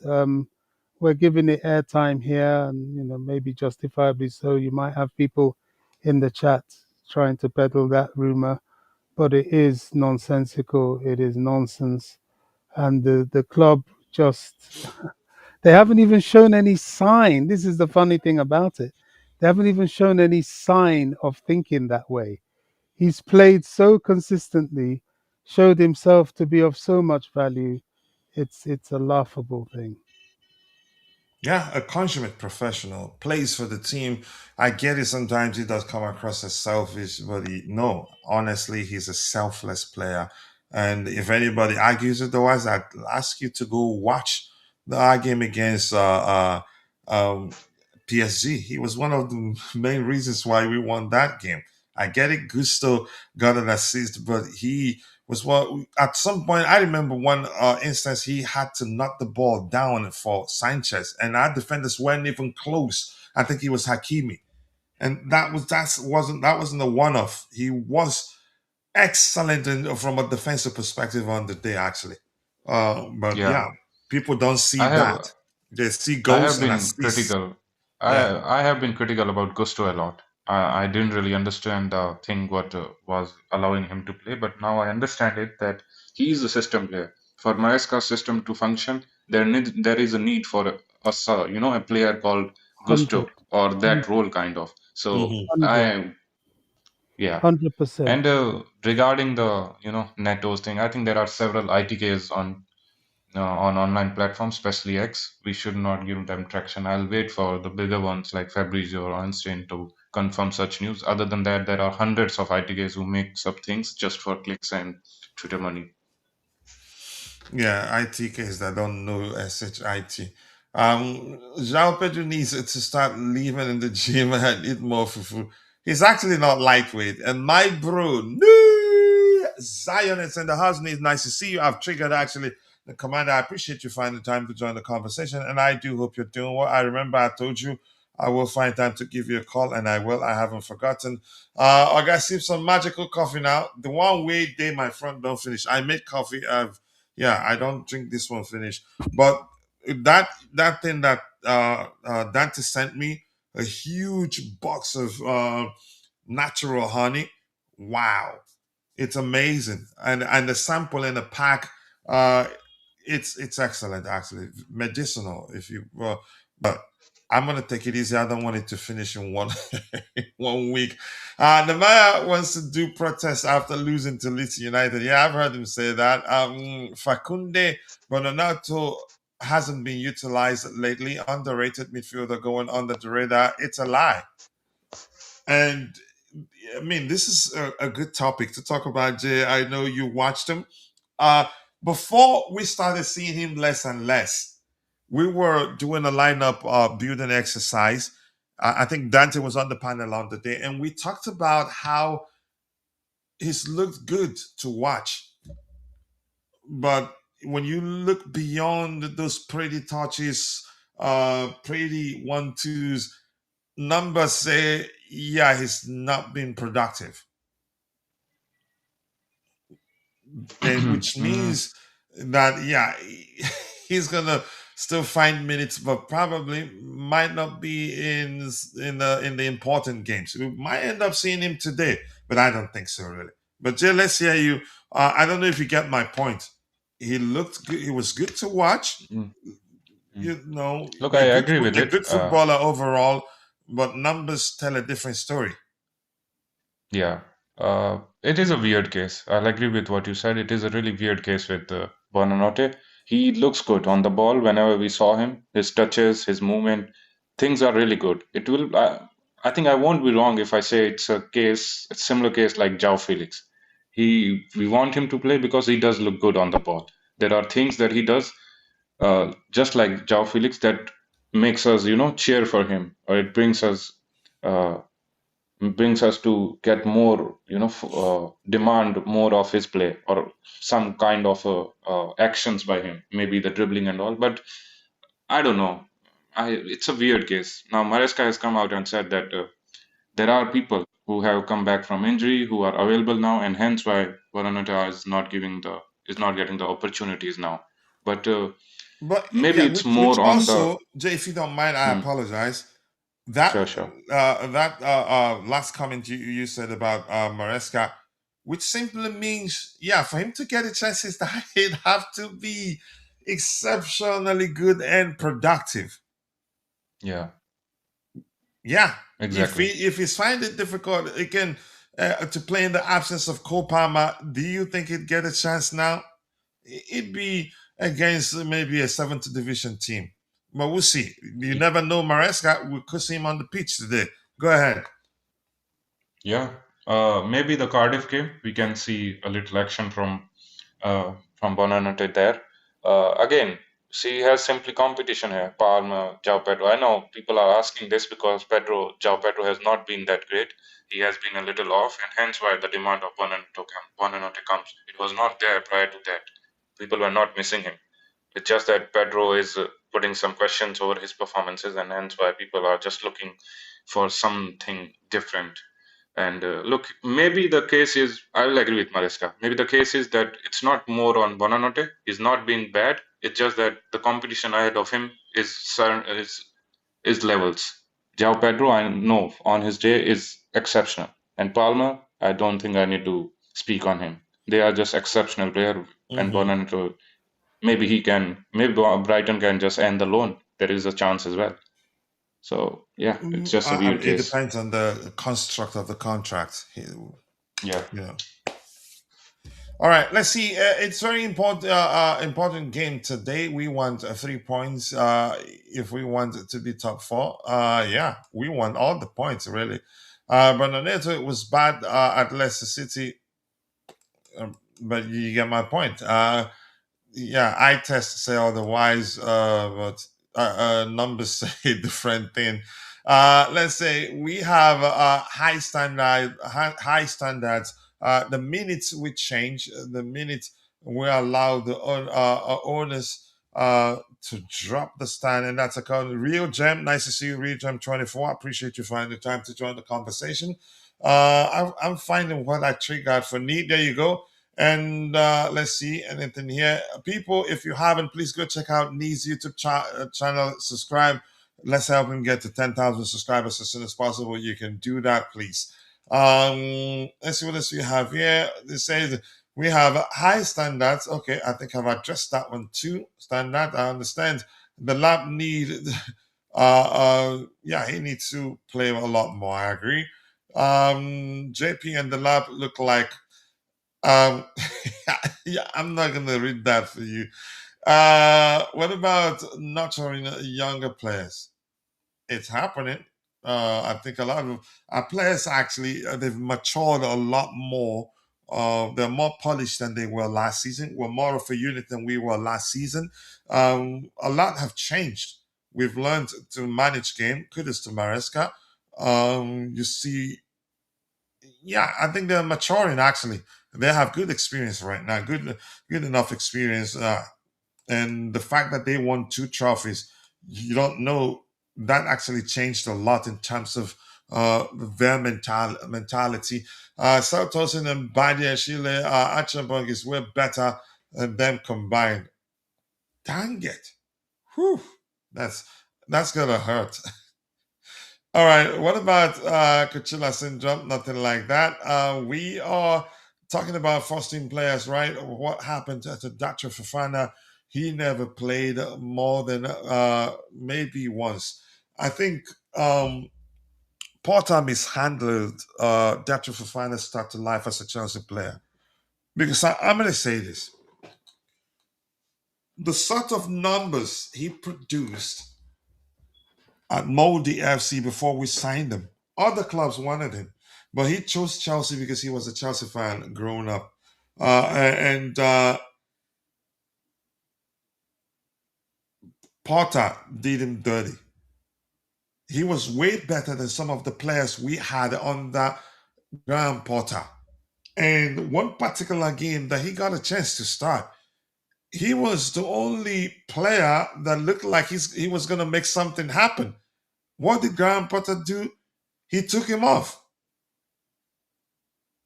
Yeah, it's. I don't want to talk about him because I like him so much. Really, he's a good player, a good dribbler, and even on loan in the Premier League. Was it on the current Bayern Munich, the former Belgian Man City and Belgian international, Vincent Company? Did you see the sort of goals he scored under him in the Premier League? Yeah. But that's by the way. Keep dropping the likes on the stream, people. The likes do go a long way. The way They talk about Jackson. You think, yeah, he was R7. Three appearances for Dacho Fofana. Porter did him dirty, in my opinion. Yes, anybody's birthday. Anybody's birthday, so we can shout you out. Or if you have anybody you want to shout out, we usually do it for paid members only. But yeah, it's open. We're happy. Let's see. Chelsea fans or media pushing narratives. Yeah, possibly. I hope Isugo is on the bench today.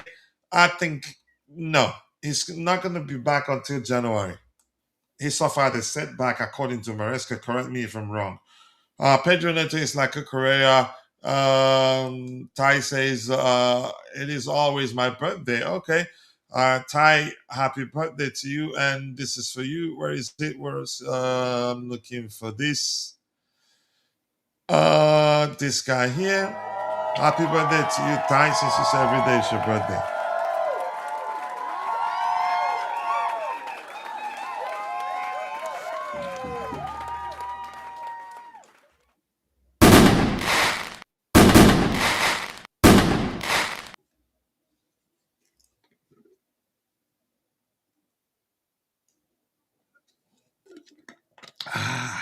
Jesus Christ, I'm losing.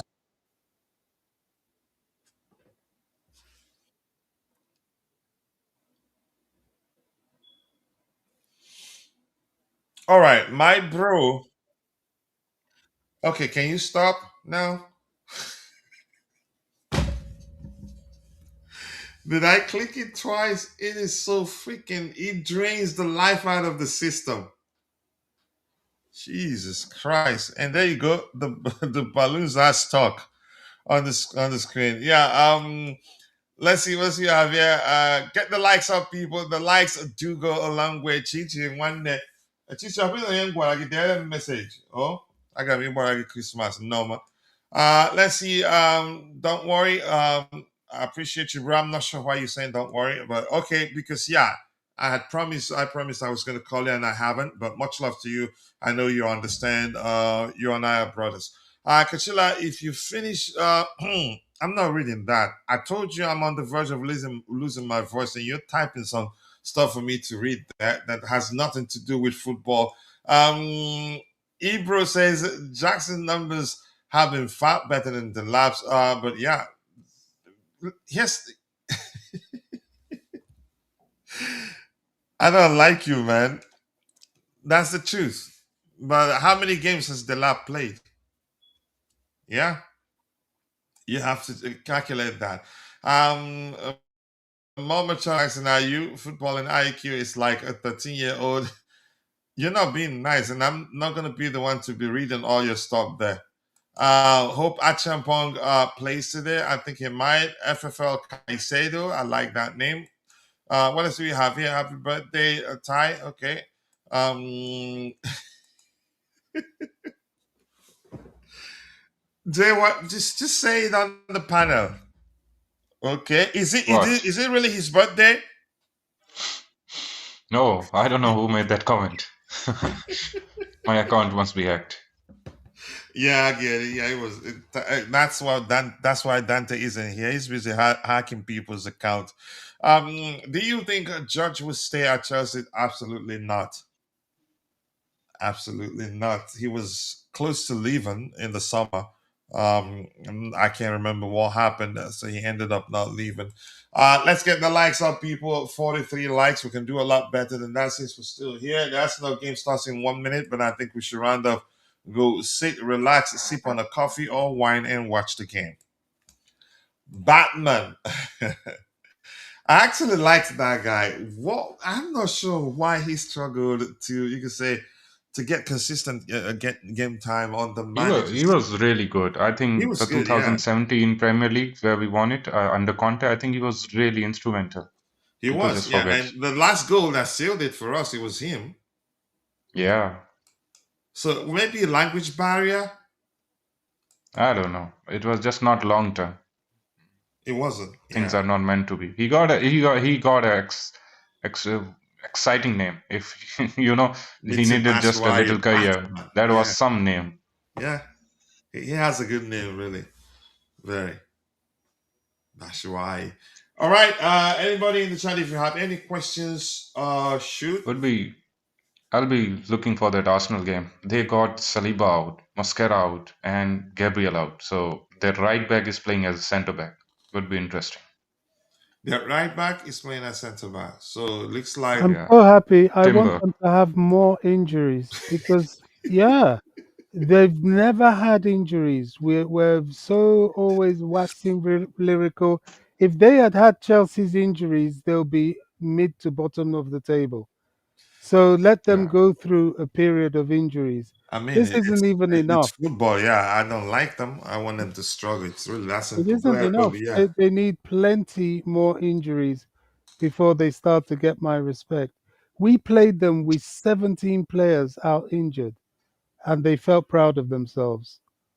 No, I don't To have be it. I honest, don't that's to be honest, that's the only thing that can maybe stop them.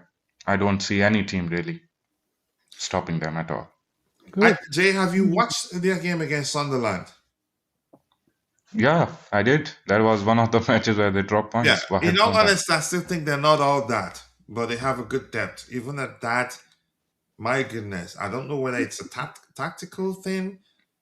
It's Sunderland, you could argue, deserve to win that game, in my opinion. it's very important, coach, to have a team who can win you 1-0 games. They score one goal, maybe good, bad, but they will then defend that for their life, and that is a thing that we lack, and most of the teams lack. But They yeah, can they defend do. really They well, and I think defend it excellently well. Yeah, go ahead. it's more down to actually having a manager being there consistently for years. What Arteta has been there for 6 years. The philosophy had to be there, and hence there is so much coordination among his players. Yeah, I didn't know Batshuayi. I didn't know he was at Frankfurt. He got a nose He, job, really? yeah, he was everywhere. I'm not really indeed. But I wish you and Bobby will start fighting each other. That's not nice, Bobby. You want players to get injured. That's unkind. Yeah, That's right. that's We'll talk actually about you know football. That's what that's it's actually football. bad. Yeah, I don't care really. That's actually bad. I don't want to get I wish any injuries to any player, No, but you I didn't. wish that Moises Caicedo had resulted more. I mean, you didn't wish that he stopped breathing. You didn't wish. um, I let's leave don't it care there. really. I think Bobby, anything else you want us to talk about, or should we call it a day? No, I'm good. If you are, I do want Arsenal to get injuries. I think they're due a good set of injuries in that team.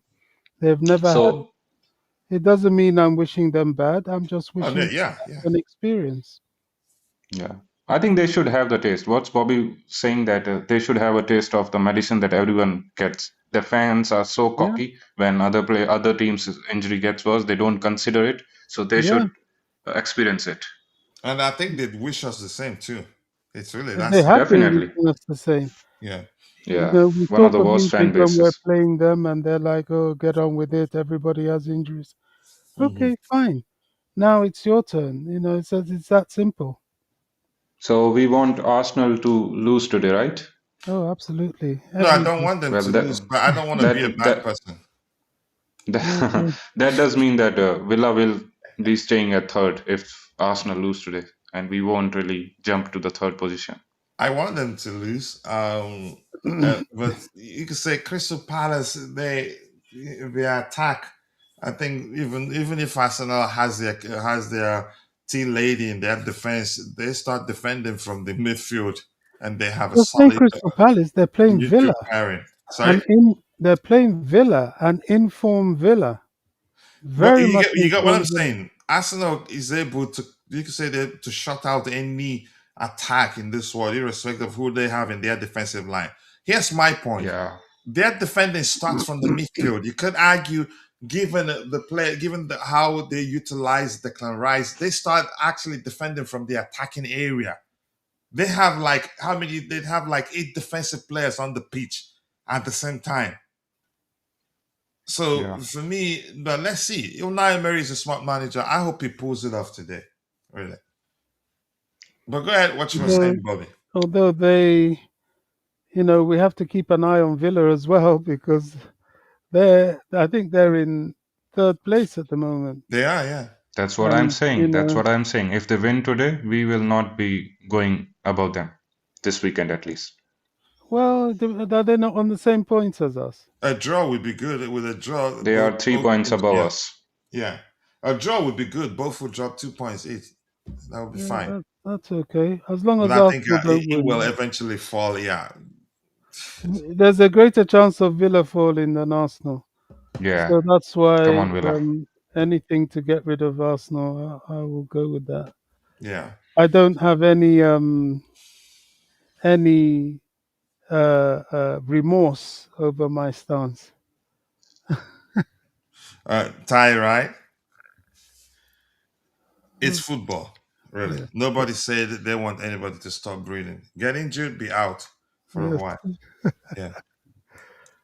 Yeah, go but ahead. I Yeah. understand. Ty, thank you for that. He says, "What do you mean? You want? Yeah, I've explained. Separate fans from players. But the Arsenal fans are the problem, not the players. Well, they represent them. Exactly. The players aren't the ones Have you ever been coming out on and an celebrating that we trashed Chelsea have, 5-0. Separate emotions. I'm yeah, not gonna do that. when Right? Go Chelsea ahead, had Bobby. 17 players, when Chelsea had 17 players out injured, this is the point I'm making. Have you ever been on an Arsenal platform and see the things they say about Chelsea and injuries? And so I have no atom of empathy towards that club. I don't wish them well at all. Like you, I'm not saying I wish someone to stop breathing. Of course not. No, we I didn't. would never go None of back us to said that. no, no. Yeah, But for them to lose and for them to have injuries, long may that continue. yeah. They'd wish us that too. They certainly do. Have Yeah. you ever been on their platforms? Oh my Yeah, I do god! listen to them. I do listen to Gal. Oh my I god! do. Eight I do months? visit them after the odd loss. Oh, oh god, they're terrible. But They no, are in all horrible. honesty, I don't enjoy them anywhere close to where I even though I'm not a Tottenham fan, but my goodness, I like watching the expression.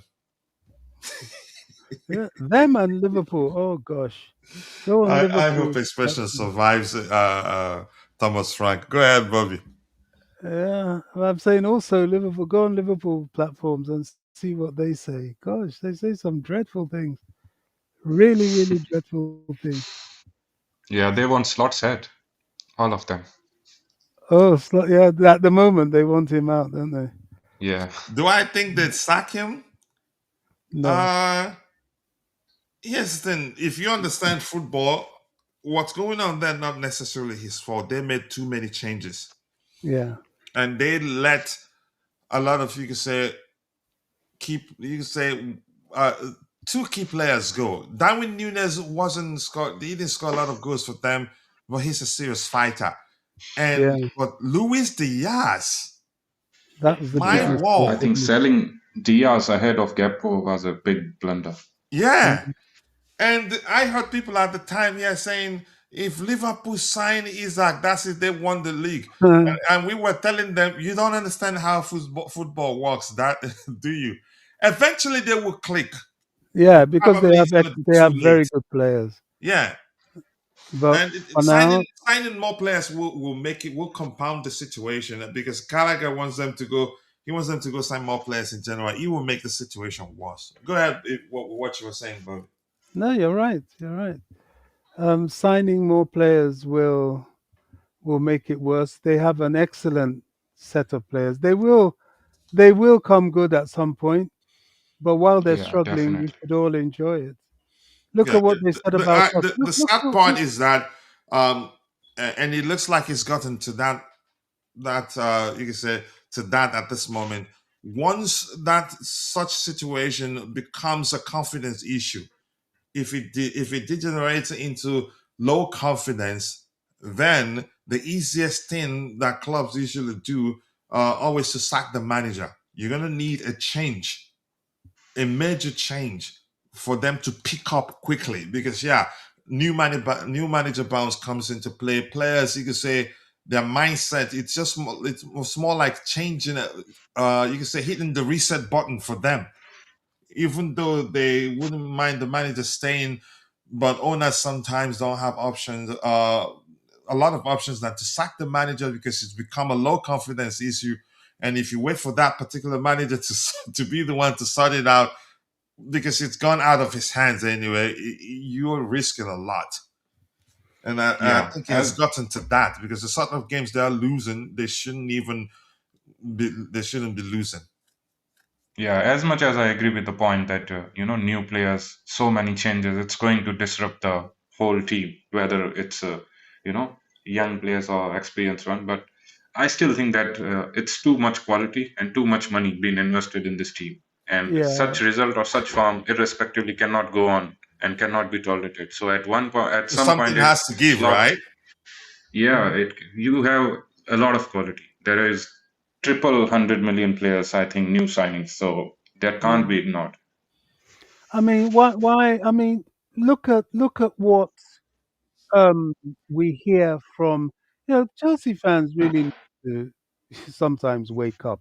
Look at what we hear from people like Jamie Carragher, Gary Neville. These are supposedly responsible pundits and ex-players. Jesus Christ, how All did Watkins miss that? look at media industries that gang up against Chelsea. Why are we bothered what these people feel when we turn around and say things, long may they have injuries? I mean, Ty we is just being nice. He's just being Ty, but that's okay. yeah, But my niceness stops there. absolutely. In Goodness all honesty, me. I hope. Let me just shut We've, up.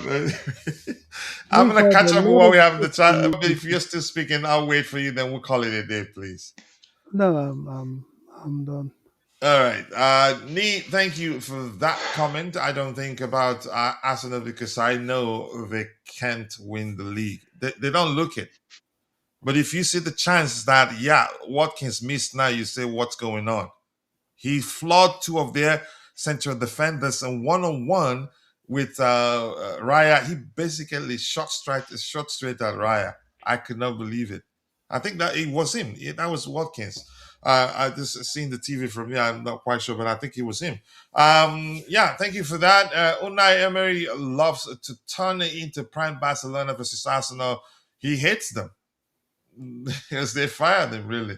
What else do we have? Yeah, Emery loves playing Arsenal as a manager. Yeah, and he's been, you can say, he's been gotten the better of Arteta all the times that they played. He's lost just one of his 7 games as manager against Arsenal in all competitions. 4-2 defeat at Villa Park in the Premier League. Ty says you might as well say you wish this stopped. No. Ty, leave me alone. Liverpool failed to sign the replacement for Luis Diaz. He's different. Yeah, he's different. Was a key player in that their title winning season. All right.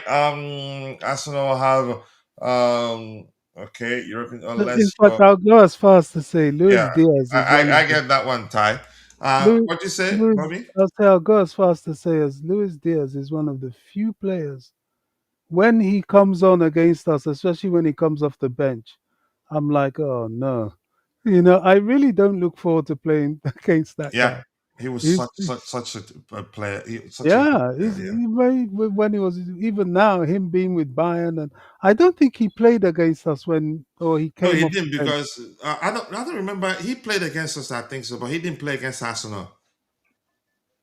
Yeah, I Oh yeah, think yeah. he has been suspended due to that red card for Hakimi He- where he broke his leg. Ah, yeah. Gosh, Luis Diaz, man, he's a torment. I can't think of any other words. He's a torment. He's Even the one that misses goals like crazy, he's also a torment. The only thing he said do oh consistently yeah, is put away the chances that come his that way. come his way. Yeah, Yeah, yeah. They have a team there, Liverpool. yeah, they do. All right, people. Thank you so much for finding the time to join the conversation this morning. 46 likes, not bad. I appreciate that. Thank you to Mabas. Thank you to Bobby for finding time to join. Jay, I appreciate you for joining the conversation on the panel. And thanks to Ty. Thanks to my bro, Nee Zion, who was here. Mabas also was here. Who else was here? Um, yeah, Jay on the panel. IB was here. Vic was here. Ahmed Ali was also here. And if I miss your name, apologies. I'm only human. See you guys next time. God bless us all and cheers. Take care. Chelsea fans, we won't stop believing. No knock.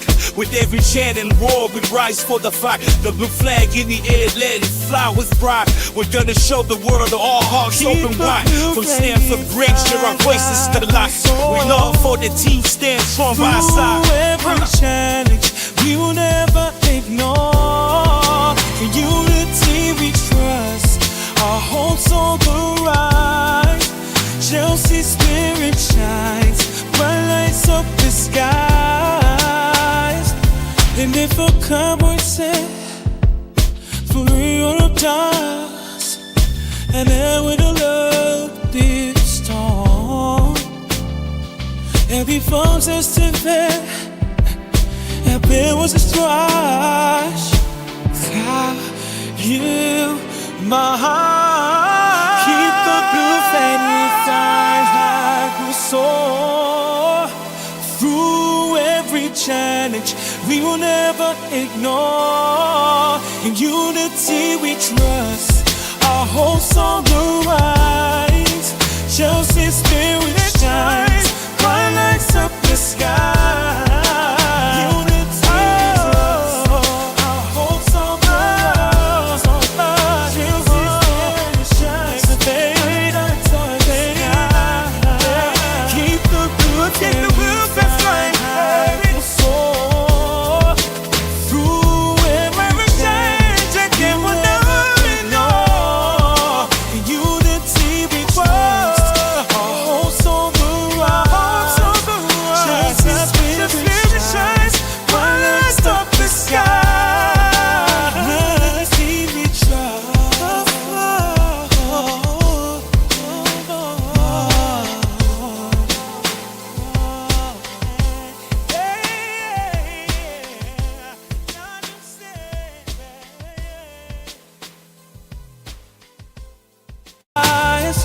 Chelsea fans, we won't stop believing. No knock.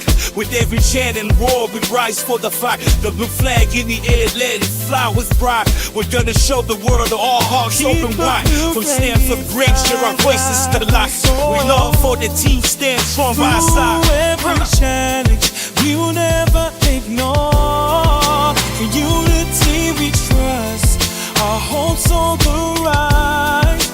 Chelsea spirit shines, bright lights up the skies. And if a cowboy said, for real of dust, and then with a love this storm, every phone's estimate, and there was a strife. God, you, my heart, keep the blue flame inside like we soar. Through every challenge, we will never ignore. In unity we trust, our hopes on the rise. Chelsea's